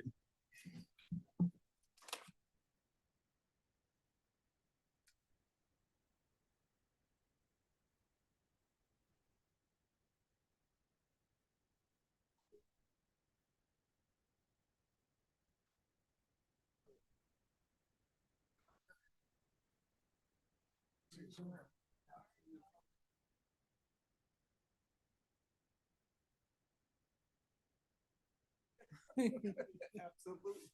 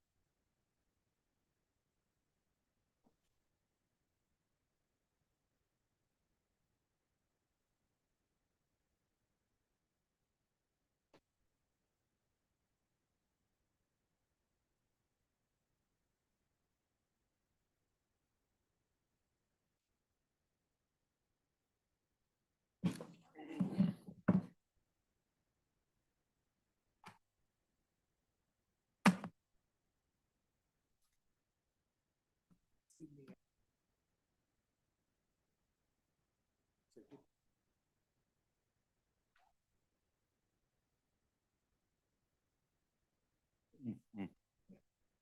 Yeah, there's a lady, she called me because the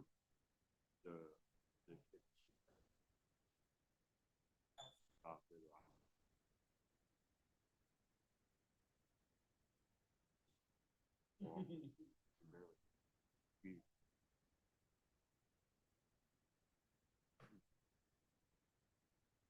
When they do play early.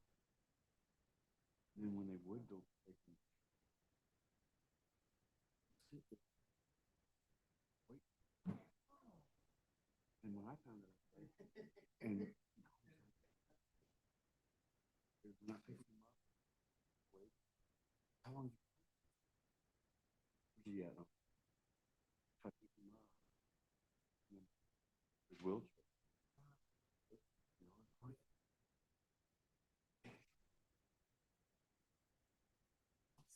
You know, it's like, yeah, no. Of course they're not gonna talk about that. Of course they're not gonna talk about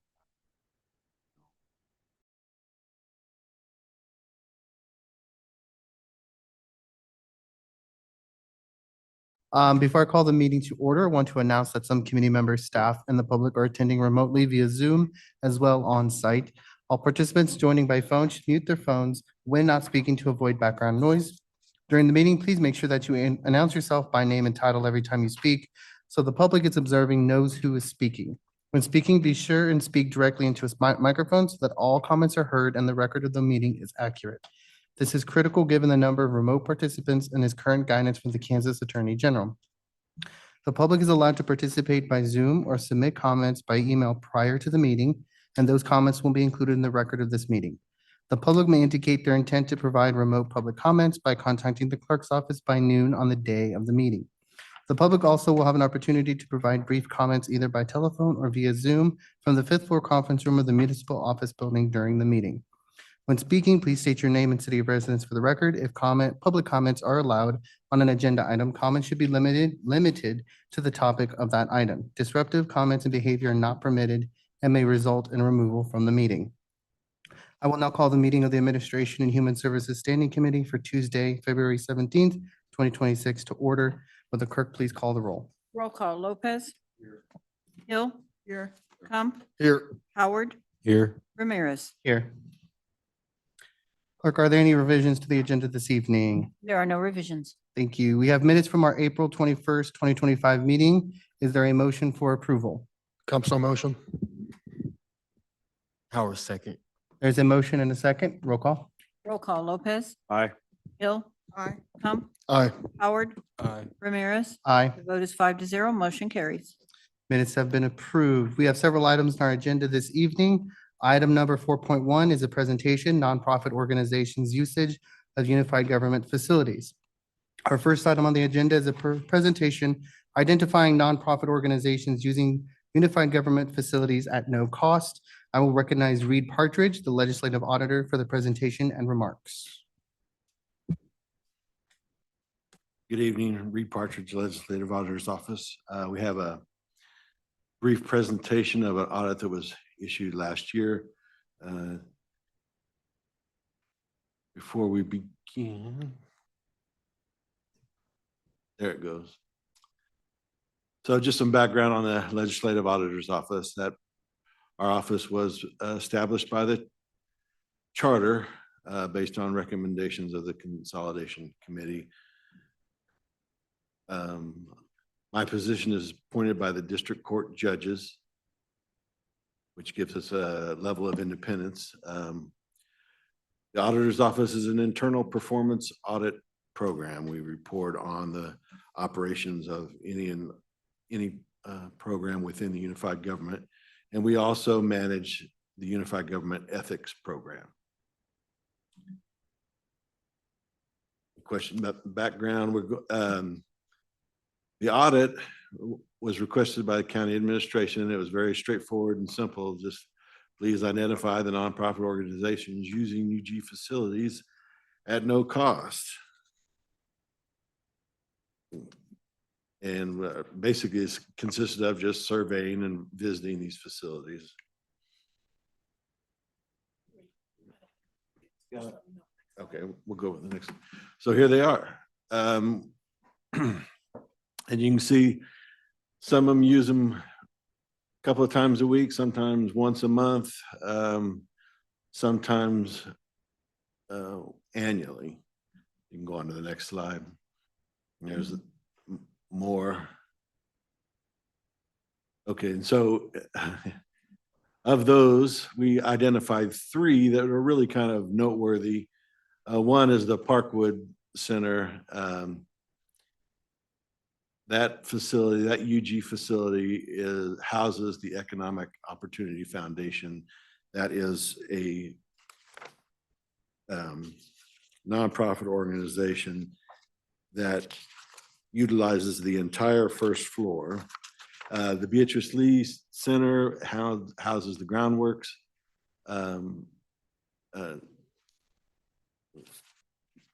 Northeast Revitalization Group is what NRG stands for.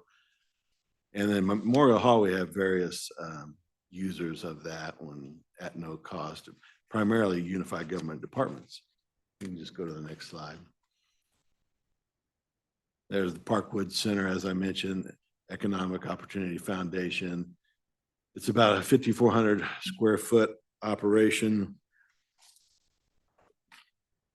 It's at corner of 10th and Quindaro, 5 offices, a kitchen, a conference room, bathroom. on all these, one of the things that's significant about all these is that there's really no agreement in place. It's just a handshake agreement. No rent, obviously, but what's really kind of concerning is the kind of the lack of an agreement and outlining responsibilities and guidelines and those types of things. We can go on to the next one. Same thing here. Now this organization, Groundworks, the facility at Beatrice Lee, they're just using a very small, it's almost like a storage closet more than anything. And then they utilize the facility from time to time for their projects and events. But as far as full-time, it's like we show there, about 250 square feet out of that facility. And we can go on to the next one. The Memorial Hall is a little more complicated. You can see there on the left, UG sponsored. Most of the events that are sponsored at Memorial Hall at no cost are really unified government departments using that for training or ceremonies. And you can see it, the middle column, there's a separate rate for usage for nonprofits. So they do pay, but they don't pay as much as the standard rate. And then finally, you can see the standard rate on the right-hand side. The takeaway from this chart would be that it's kind of an inverse relationship. The more use, the high users don't pay hardly at all, don't pay anything, and the more users cover most of the costs. The nonprofit rate is kind of broken down. There's actually two nonprofit rates. There's nonprofits, and then there's a nonprofit rate for schools from District 500 and local schools. So they actually pay a little less.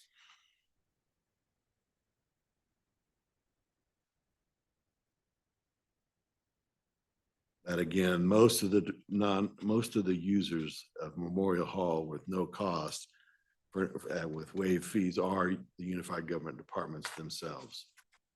Okay, I think we can go on to the next.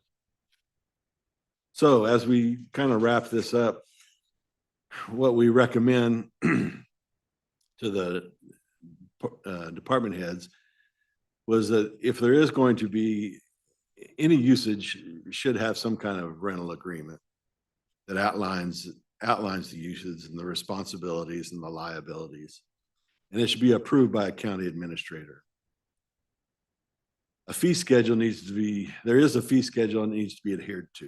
You know, it's important in any organization, if you have a fee schedule, that you should adhere to it.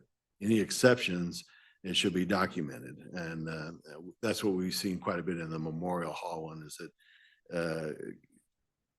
either the exceptions are, obviously we have a number of organizations that use it for no fee, but that needs to be documented. It needs to be approved by management, county administration, really, not just a department head, but it needs to go to the top. And of course, when you do have a nonprofit, the thing with the rental agreement, it ensures that the licenses and fees and permits and anything that might be necessary would be covered under that rental agreement. And then we would like to just be able to see the tracking of usage so that we can get a better handle on who's using our facilities, when, and that type of thing. Because our survey, you know, we're just asking folks, you know, who shows up, who's going. It would be better if we knew exactly, and it was documented. These folks are using our facilities at this time, at this time. Let's go one more. So lastly, you know, those recommendations that I just talked about, those are more geared toward department heads, program managers, don't really rise to the level of commissioners. However, to be a little presumptuous, if I was a commissioner, this might be one of the questions that I would ask. When is it appropriate for community organizations to use our facilities at a reduced cost or no cost? Or should everybody be paying the standard rate? Should we have a rate for nonprofits, and should we have a rate for schools? Right now, the fee schedule does outline and has been approved for a rate for nonprofits and a rate for schools in Memorial Hall. But what about these other areas where handshake agreements, those types of things? And I think that's all I have. And I have any questions. I don't know if Alan has any comments that he would like to make or considerations, but welcome to answer any questions that we can. Allen Howes, Assistant County Administrator, and I'll just say that the Administrator's Office had requested this audit, and as part of the work that the Legislative Auditor does to have that third-party look across all of the facilities. Alan, can you pull your microphone up closer? Here. Yep. Okay. Allen Howes, Assistant County Administrator. County Administration had requested this audit from the Legislative Auditor to have that third-party look at the usage of facilities across the UG, and what they brought back were some useful recommendations that we can act on. And he said the questions around cost recovery percentage, for example, is there a target we should be aiming for on cost recovery for facilities? Saw the numbers on Memorial Hall. It costs quite a bit more than $120,000 to run Memorial Hall on an annual basis. And that may be fine, the way that the revenue is structured now, but there could be a different target, higher or lower, that the commission would be interested in. And that's one of the things that we struggle with or grapple with on lots of different fee decisions, and whether that's the cost of programming for recreational programs for sports, is really what are we aiming for, and what is the goal and the objective of the use of the facilities. So that's kind of all I would add to that. Happy to answer any questions.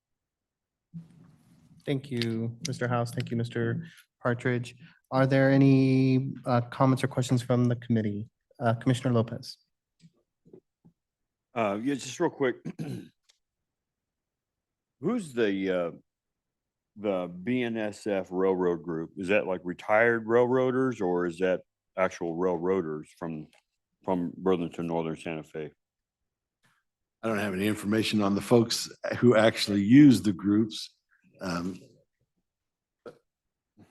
Good evening, Shea Lockett, Recreation Manager. That is a group of retired railroad former workers. Oh, okay, cool. I just wanted to make sure that the actual railroad didn't have a group of boys in there, because they need to be paying if that was the case. But all right, thank you. Thank you, Commissioner. Commissioner and then Commissioner Kell. Thank you, Mr. Partridge. I don't have a question, just more of a comment for my fellow commissioners. I'm particularly concerned about the lack of some agreements with some of these nonprofits, especially the full-time ones. Obviously, I come from a legal background, and the first place my mind goes is, apportionment of liability and insurance coverage and things like that. So I would encourage the commission to, in considering policies, to definitely consider requiring a written agreement. And whether we charge a nonprofit or not, that's beside the point, but we need to have a contract, a rental agreement that delegates the requirements and responsibilities for the party. So I appreciate the work your office has done. And I just wanted to highlight that that's particularly concerning for me, and I'd like to see some action on that. Thank you. Thank you, Commissioner. Commissioner Hill. Thank you, Mr. Chair. And that was my exact concern also, that we need to have things decent in order and lined up.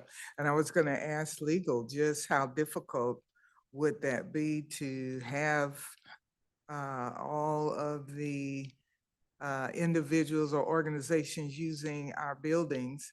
How difficult would that be to get a contract out to them that would be signed and all of that? Sure. This is Z Bishop from the Unified Government Legal Department.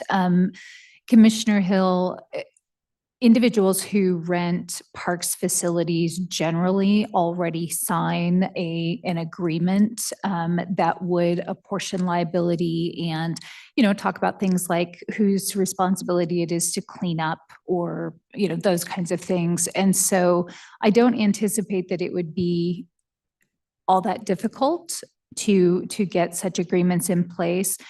There may be some concern from some of these organizations who have historically used the facilities potentially without a contract in place, but I think we would be able to work through that process.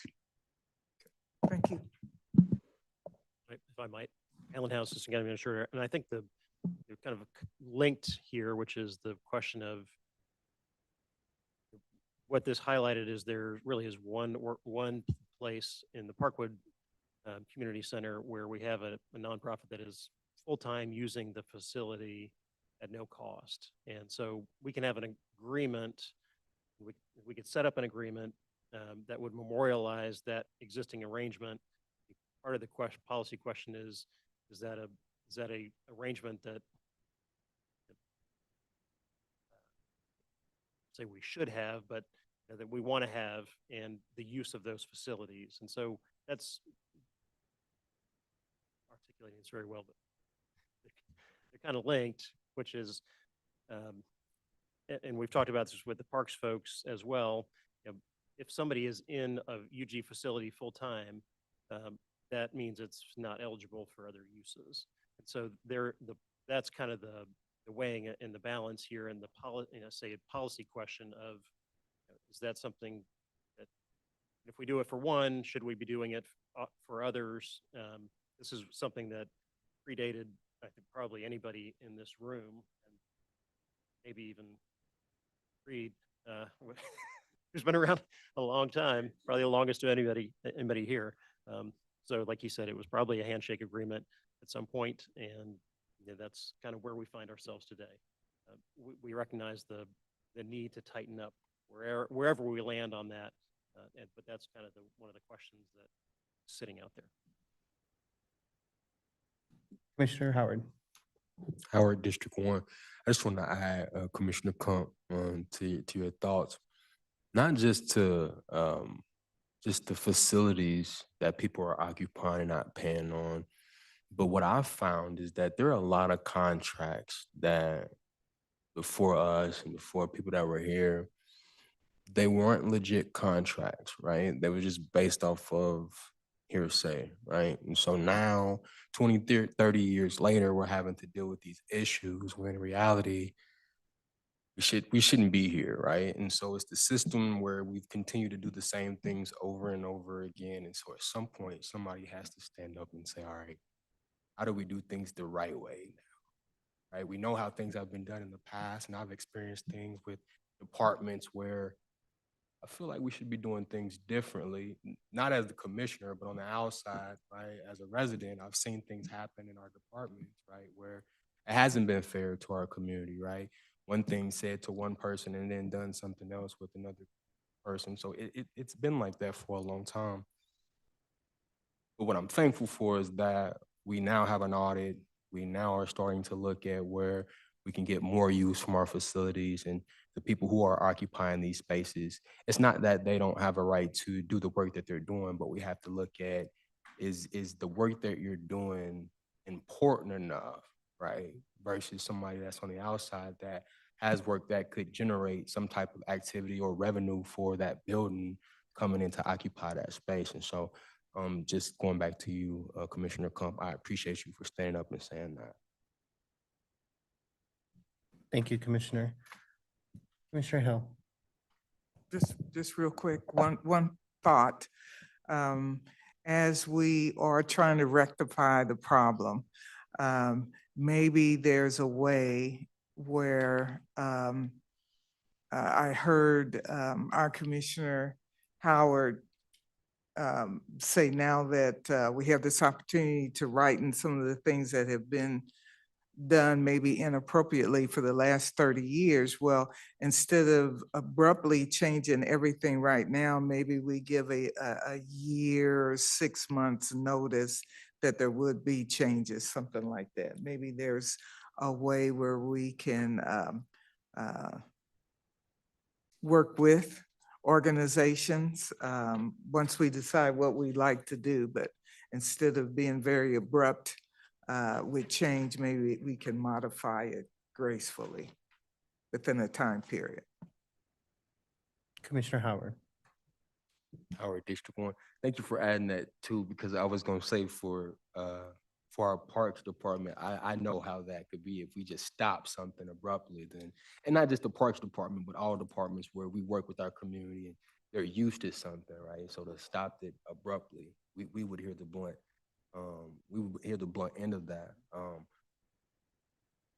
But to your thoughts, I'd like to just for us to think about like ways that we can engage our community. I know the Parks and Rec, you all do some amazing things, engaging our communities, allowing groups on the outside to come in and utilize the space and offer their programs, right? And I appreciate you all for that, because those are the things that I think about outside the box, thinking outside the box. But and I know you don't have the answer, I don't have the answer either, but I'll pose this question. What are some ways that that we can engage our community programs, partners with incentives that we already have available? But if we engaged our youth, or if we engaged our groups, or the groups that are already in the buildings, if we engage them in somehow. So for example, Parkwood, right? They have a group that's in there, it's a non-for-profit organization, but they could also be a blight team as well, right? Where that also could help with some of the pollution that's there in the Northeast. So they're not just occupying that building with just that work, but it's also giving them the ability to do other things in those communities. So I'm just kind of spitballing right now, but it's just to piggyback off what you were speaking to.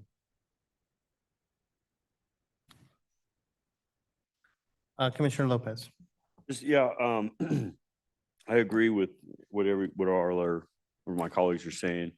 And especially Commissioner Kump had a very, very valid point, but also what Commissioner Howard's saying too. But I think what we need to jump on pretty quick is some kind of a insurance waiver of some sort. Something bad happens and now we're dealing with a lawsuit. So we jump on something like that on pretty quick, just to have them sign off on it and say, okay, who's ever in your group, they need to sign a waiver saying that we're not liable. So, all right, thank you. Thank you. Excuse me. Thank you, commissioners. I share sentiment from every comment that was made from all the commissioners. Commissioner Howard was very poignant. Just because we've done something doesn't mean we need to continue doing it. And it's not always the right way. We have the fee schedule. The fee schedule is there. I think we need to start utilizing the fee schedule. There are those divided out rates, as you said, for nonprofit, the nonprofit school, standard rate. And even if here with the UG departments, yes, we're still the government, but UG department should have a rental agreement with using the Memorial Hall as well. If we're gonna make nonprofits do it, then we need to do it as well within our own selves. We need to follow our own rules as well. And so I completely agree with the recommendation that rental agreement should be executed with all the nonprofits that use our facilities. Now, when it comes to the fees, I agree with Commissioner Hill. Let's give time so that those can go through. And I think that it is a policy question, as you said, Mr. Partridge, for us as a commission at a later time. We need to decide what is that going to look like in the future? What are those type of organizations are we going to provide reduced costs, reduced rates to? And that's, again, a policy discussion we as a commission have to have all together to decide what are those what are those types of organizations that may get that reduced cost? But for the time being, we have the fee schedule. Let's use our fee schedule and let's develop those rental agreements. So that we're protecting not just ourselves, but we're protecting the community and we're protecting the organizations as well who are operating within our own facilities. Are there any other questions or comments from the committee? Seeing none. I'll ask the clerk if any comments were received from the public. No comments received. Thank you. I'll ask the clerk if anyone online from the public wishes to make a comment. You'll be given up to 3 minutes to make your comment. Please state your name and city of residence for the record. No hands are raised. Is there anyone appearing in person who would like to address this item? If so, please approach the podium and state your name and city of residence for the record. You'll be given up to 3 minutes to make your comments. Let the record show no one stepped up. Thank you. This item was for information only. Thank you very much, Mr. Partridge. All right, item number 4.2, discussion, kind of more of an update, Health Department update. Our next item on the agenda is a presentation from the Health Department. As the committee, we discussed at last meeting, this will be a beginning of a series of presentations from various departments within our jurisdiction to inform the committee of current goals and challenges. And so this month, I chose to have our Health Department come before us. I will recognize Terry Garrison, the interim Health Department Director, to introduce her staff and make the presentation.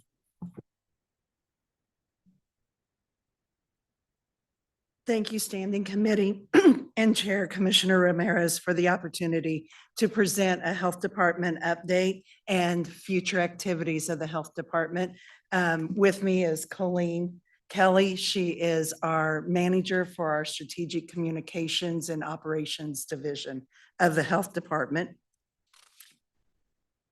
Sorry.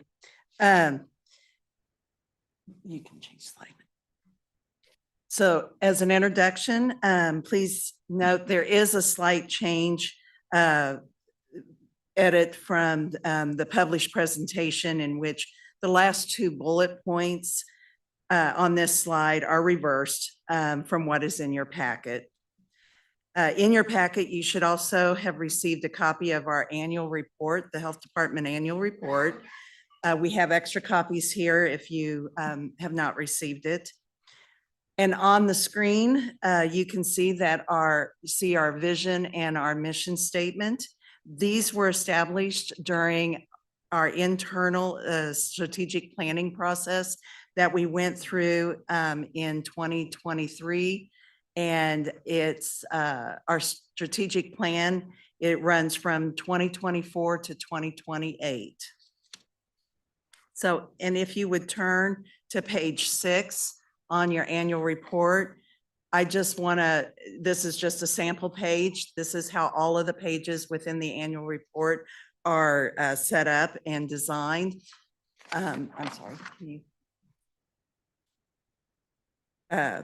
Again.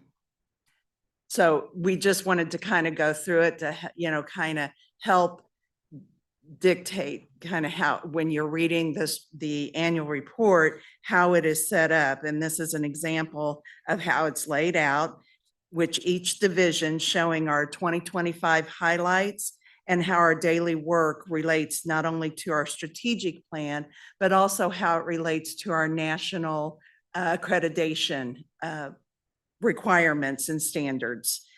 We are in 2020, we became one of the first local health departments to be accredited with the National Accreditation FAB Board, Public Health Accreditation Board.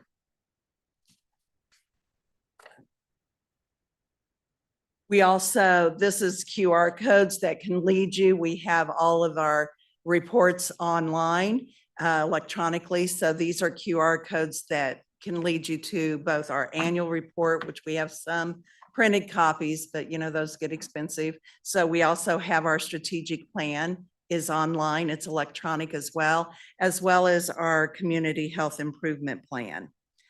As I said, you already received a copy of the annual report. We briefly touched on our strategic plan. And then just as a reminder, the CHIP is the Wyandotte County Community Health Improvement Plan. It is based on our local community health assessment, or a CHA. Our last CHA for Wyandotte County was completed in 2022. Following that, we did a community process to take the information from our community health assessment plan, or our community health assessment surveys, and create our community health improvement plan. And from that, the CHIP goals are supported through our community partners who have committed to working on the identified focus areas with the support from our department. In comparison, our strategic plan focuses more on our internal efforts of the department to meet the health needs of the community. If you're interested in additional information on our strategic plan and the Wyandotte County Community Health Improvement Plan, again, you can access the full documents within these QR codes. I'm sorry, can we go back one slide? When I was talking about this example of our annual report, I didn't really go through, I was supposed to go through this a little better, but at the very top, it'll tell you the different division or a program area. So this example is from our clinical services area. And then the first little paragraphs talk about the different services that are under that particular division, like our clinical services division or our strategic communications and operations division. So it will kind of give you an overview of the entire service area. And then in the box below that gives you your accreditation and strategic priorities. So that's how those services match up to those national standards, as well as to our own internal strategic priorities and the strategic plan that was developed. And then on the other side of the page, those are the 2025 highlights.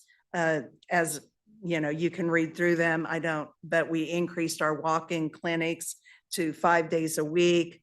This is just within the clinical services. And as I said, each page highlights each of the different divisions and program areas within the health department. And so the different accomplishments from 2025 are on each page for each division. Again, yeah. So some of the highlights for 2025, we have expanded our Healthy Families Wyandotte program, and that is intensive case management for families with children under 3 years of age and their home visitors. And so they go into the home, they do assessments, and they help to link families to different services within the community. They also assist families with creating goals and helping them meet goals, whether those goals are to, if the baby is not meeting developmental milestones, helping them with how to, things that they can do with the baby and within the homes to meet those developmental milestones. It may be for the parent or mom to get their GED or to get job and daycare so that they can attend a job. Whatever that family needs and those goals, we do screenings and different things. So that's our Healthy Families Wyandotte program, and we were able to basically double. We had 3 home visitors. We are now up to 5 home visitors working with our families within our community. We have our, with the assistance of Crystal Sprague and her team with the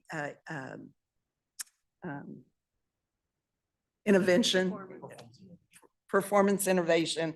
She helped us with launching the Pay It platform so that we're able to, it's more efficient and helpful for our community members to be able to pay whatever fees they have to pay, whether it's our septic installers have to pay for their licensure, or our clients in the clinic paying for services, they can do that through the Pay It platform.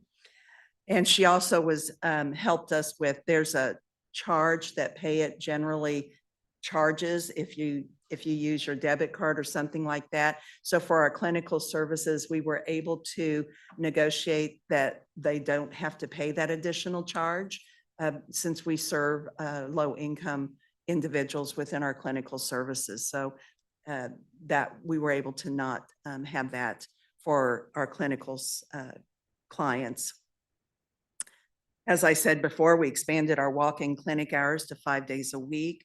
We updated our public health emergency response plans, which we are working with those as we're looking towards the FIFA World Cup coming in a few months. We're looking at those plans and how they might be utilized during that time if necessary. So we've updated those plans and we're working through those.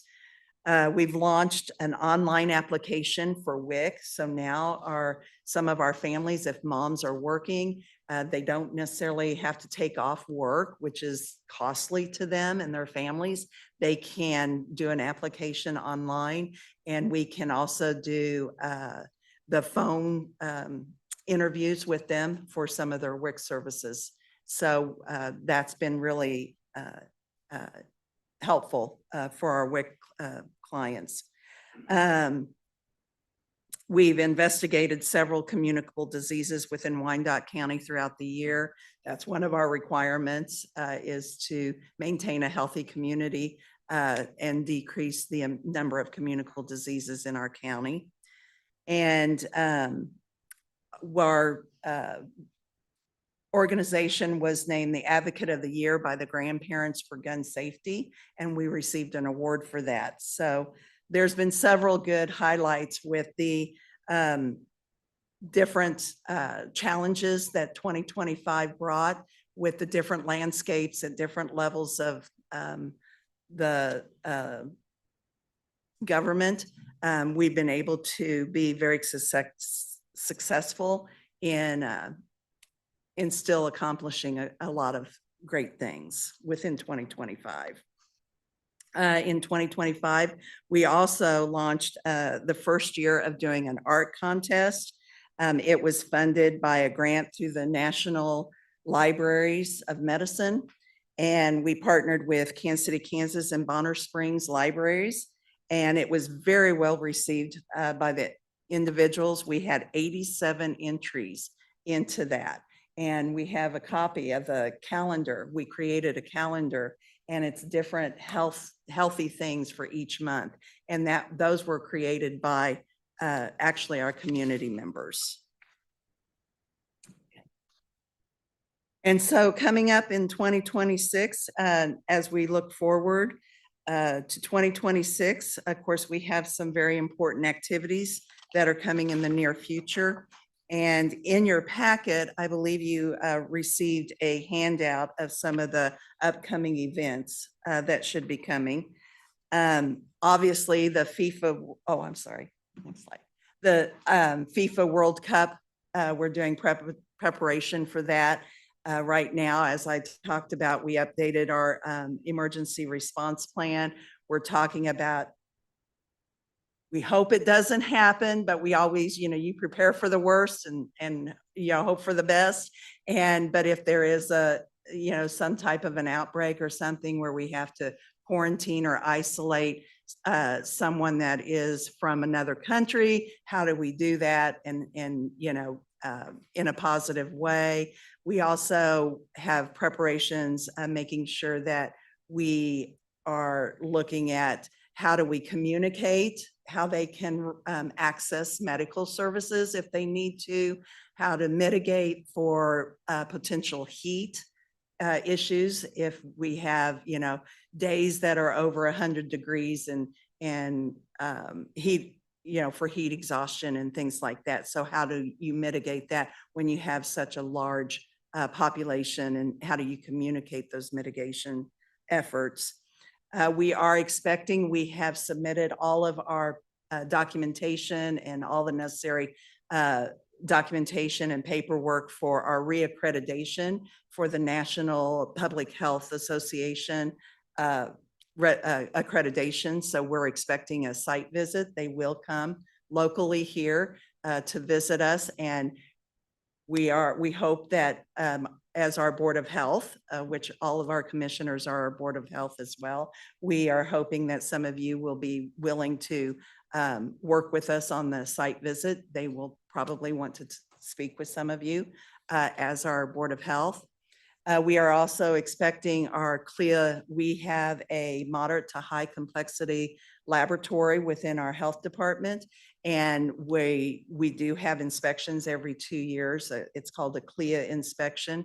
And so we are anticipating that CLIA inspection for recertification. We have to do that every 2 years. And so this happens to be the year for it.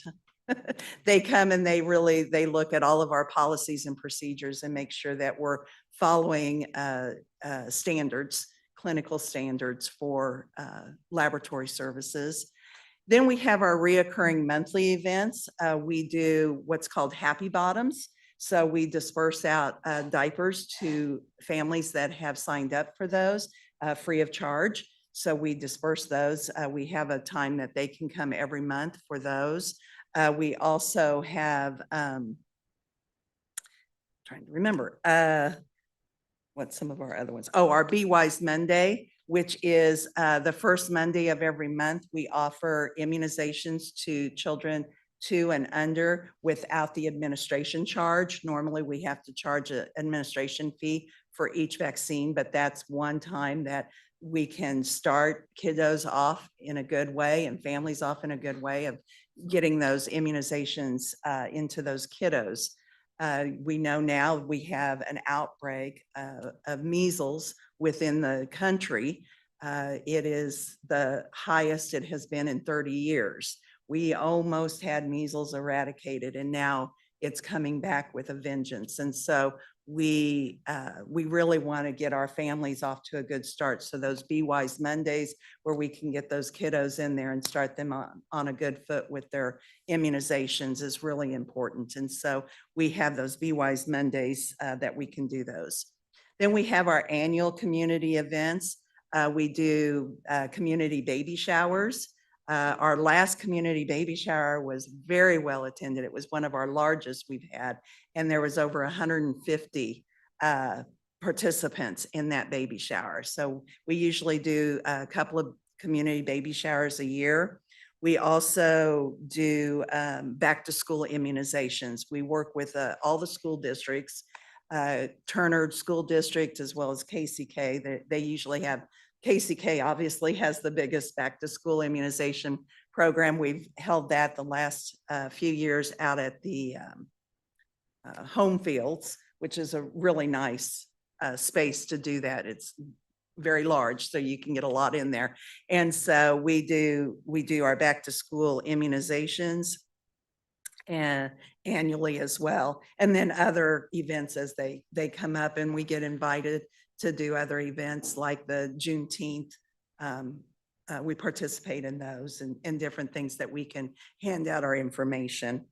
We are also working to do a second art contest this year. We are partnering with actually Parks and Recs to do at some of their summer camps and things like that, having additional entries through that process. So we do partner a lot with, as Desiree mentioned in her program, that we work with the transit department, getting folks transportation to different clinics within the community. We also work with Parks and Rec with different opportunities. So we do work with a lot of the different UG departments on different events. So as I was talking, with the ever-changing landscape at all levels of our government, both federal, state, and local, it created significant challenges for us in 2025, like the hiring pause locally, the federal government shutdown that lasted the longest of any time. And then as well as early in the year, we had a clawback of some of our IAP funding. And so with all of that, again, I think we did some amazing things throughout 2025, and we are looking forward to addressing some of our notable needs in 2026 with the budget opportunities that happened in 2025. So some of our highest needs is, of course, capital improvements. Our health department is over 50 years old. It was built with Hill-Burton funds back in 1972. So as you can imagine, there's upkeep and maintenance and things like that with it. One of the, some of the biggest things is using some of our capital improvement money that we've put in to do ADA compliant bathrooms. We're doing them incrementally, trying to do what we can with what funds we have. So expanding some of the stalls to be larger, putting in grab bars, things like that. So trying to do incremental improvements in those. In the public areas, getting some ADA compliant wayfinding signage that is with Braille and in appropriate locations. We've got some of our signage is way over the door. It has Braille on it, but it's like 6 feet tall. So it doesn't quite match. So trying to accommodate for some of that. Also, one of the things for our improvements is our electronic medical record. We went into a plan in 2018 with 5 other counties within the state of Kansas. And to date, we are the only county left using that electronic medical record, that company, that platform. And we worry about if they will completely move out of the state of Kansas with their services. And so working towards that and trying to see about getting funding to be able to change our electronic medical record. And then staffing. Of course, staffing is always a challenge, and especially in some of our needed positions like nursing and nurse practitioner positions. We've talked about the challenges with other medical facilities in the area that can offer additional benefits in funding and pay. So trying to get several of our positions filled is some of the things that we'll be working on in 2026. And then finally, just kind of a quick glance. You can get more information, like I said, in the annual report, but just kind of a quick glance at our finances. Our total operating budget revenue in 2025 was $212,298. In our revenue, we had $860,000 came from like indirect funding from our grants, charges from our health services and licensing and permitting fees.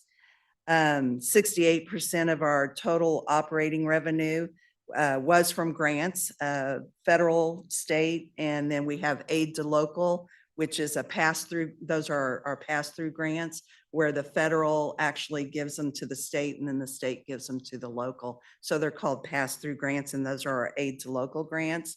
And then we had foundation and other grants was about 1%. And then we have our local tax. It was 25.5% of our total. And it's 98% of that is our dedicated health levy tax funds. And then 2% is from the general funds. And that is primarily for the county coroner services, which is housed in our health department. And I stand for any questions. Thank you, Director Garrison. Questions from the committee? Commissioner Kump, Hill? Thank you, Chairman. I want to start by commending you on your achievements in 2025, particularly the online WIC application process. I think, like you alluded to, it's difficult to afford to get time off to do these applications in person, and that's a barrier to, equitable health. So I think that's an awesome initiative. I have a couple of questions. My first question is about the recurring monthly events. Is there an online calendar available that kind of lists out when those events occur? Yes, our strategic communications department has that on our website. Okay, I'm asking because I want to share it on my Facebook, so thank you. Yes. Why was IAP funding clawed back? Can you just talk briefly about that? Yeah, that was due to some federal decisions and the state. It actually it was one of the pass-throughs. It was part of the ARPA funding. And so the state, what I understand is it was federal funding to the state, and then the state gave it to the locals and they got it clawed back. So we I got see. a portion of it. So the federal clawed it back from the state, which downstream clawed it back from us. Yes. Okay, and then I guess kind of in light of that context, and you touched on the federal context with the grant landscape. What does the grant landscape look like in 2026 and kind of going forward? At this point in time, we know all of our grants have been fully funded for the current federal fiscal year. Okay. Okay, final question, I promise. How can the community support these annual community events? Particularly, I thought the baby showers, that's such a cool initiative. Do you accept like donations of items from the community at large, or is that something that we can support? Yeah, we have vendors there. We always encourage vendors to come if they have services to provide. All of our nonprofits, we partner with all of our nonprofits to be there to provide whatever services or information would be beneficial to not only the moms and the anticipated new arrival of the baby, but also the siblings, because a lot of them already have children. And we're trying our best to make sure that new baby coming in is well received. There's an adjustment period for any family, whether it's mom and dad adjusting to a new baby, or it's mom, dad, baby sister, big sister or whatever, adjusting to a new baby coming into a household. There's always the adjustment.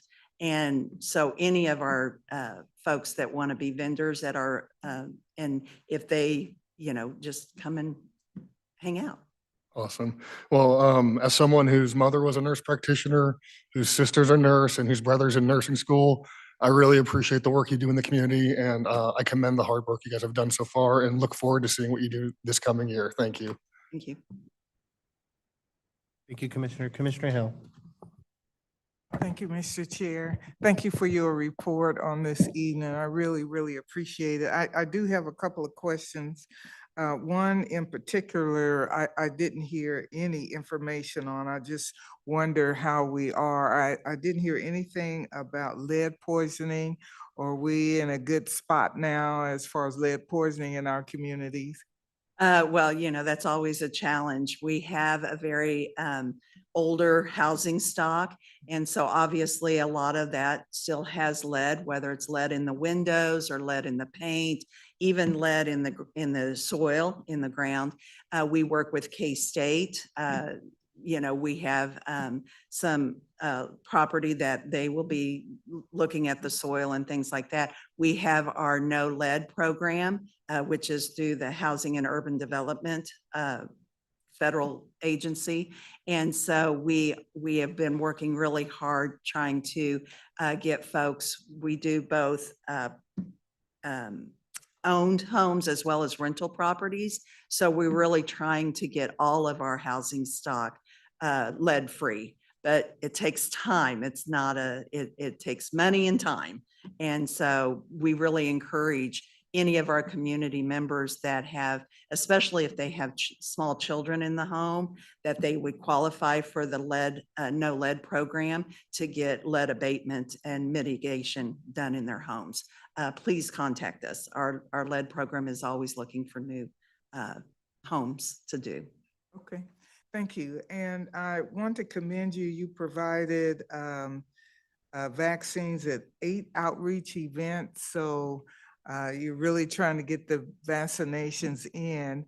And there has been a decline in vaccination. So I want to know where are we compared to maybe 2 years ago? Are we still in that declining era, or are we bumping the needle up a little bit, getting more kids vaccinated? I don't know the exact numbers. I would have to go back and look right now. I know that we have done some surveys as to why, some people won't vaccinate or, choose not to. And so, and trying to work off of that as a jumping point of, getting the education and information out there. But I would say, I don't know that we've gained a lot, but I don't know that we've lost a lot of ground either. So we're really just trying to gain the ground. Right now, I think we've maintained. Okay, thank you. And my last question, probably the last 10, 15 years, we have been statewide at the bottom of the health assessment chart. So we've been 105, over 105. And so I'm just wondering, are we maybe 104 now or 103? Have we elevated at all over the last 20 years? There have been a lot of improvements. One of the things is with the county health rankings, which is what, you're referring to. One of the things with that is you really have to look within yourselves as to what your improvements are, as opposed to looking if we've moved up the ranks, because for us to move up means someone else has to move down, and things like that. But I think overall, when we look at our own rankings, we have improved in a lot of different areas. But some of the things that they rank are historical, and we didn't get there overnight, and so it takes a long time to improve that. But I do see incremental improvements within the county. I don't have the statistical numbers in front of me. We could, pull those. But I think as a community, we have worked towards improvement. With access is a prime example with Desiree here earlier, and doing the transit to the different clinics. I think, that's one of the things that they look at in those health rankings, and we've certainly have improved on that with just that. And so different things like that, but it's hard to move overall. Thank you. Yes, they're no longer doing the health rankings. Those aren't being done any longer. Thank you, Commissioner. And thank you to our health department, as always, for the work you did do. When I first came on the commission was in 2020. I was 3 months in, and then we had a global pandemic. I was really thrust into what local government had to do. But your department is always one of those departments that people knows there, but kind of pay no attention to it in the moment. But during those months, during the COVID year, you guys were the face of our government. You were out in the front lines helping, keeping our community safe and doing what needed to be done. And you guys still continue that. And so I want to thank you. Just as I said with transportation and our public works department, you get little, but you do a lot. And I will, as always with the other two departments, I will continue to be a public health advocate and continue to advocate for more funding to our public health department because you guys do provide necessary services to all community. And our public health department is not just for KCK, it's for Bonner, it's for Edwardsville, it's for Lake Quivira. And so it is a county function. So thank you for all the work that you do. Thank you for the opportunity to be here tonight. Any other comments or questions? Commissioner Lopez. Yeah, I want to say thank you as well, because you're pretty good. I like to have my debates. But, so you said something about the coroner. I thought that was over there off Marion Lane. We have a contract. Our coroner is off of Merriam Lane. We have their administrative support personnel is in our health department. And she does the death certificates, the billing part for the first call, the company that goes and picks up the bodies and takes them to forensic and things like that. So she does the administrative. What's her name again? Margaret Studeville. I don't know if that's- Studevin. I actually, crazy it might sound, I actually was using their services last week or a week before. I found a bone on my property and it doesn't look animal. And so I haven't heard from them. So they're sending it off because they're like, well, that does look like a femur bone. I'm like, I know. So we'll see what happens. I know there's Indian burial grounds over there. So, Yeah. and I think might be where Hope it came that's from. what it is. Well, yeah, it's definitely over 100 years old, definitely, but yeah. So, okay, thank you. Thank you, Commissioner. Seeing none, I'll ask the clerk if any comments were received from the public. No comments received. I'll ask the clerk if anyone online from the public wishes to make a comment. No hands are raised. Is there anyone appearing in person who would like to address this item? Let the record show no one has stepped up. I think this item was for information only. Again, thank you to our public health department for all that you do. Look forward to see what you guys can do in this year. All right, well, that concludes our meeting this evening. I will entertain a motion to adjourn. Motion to adjourn. May- I'm sorry. just have one quick- Oh, I have something to say before you do, Commissioner Hill. We would like to say happy early birthday to you, Dr. Hill. Your birthday is tomorrow. 20? Are you 20? Exactly.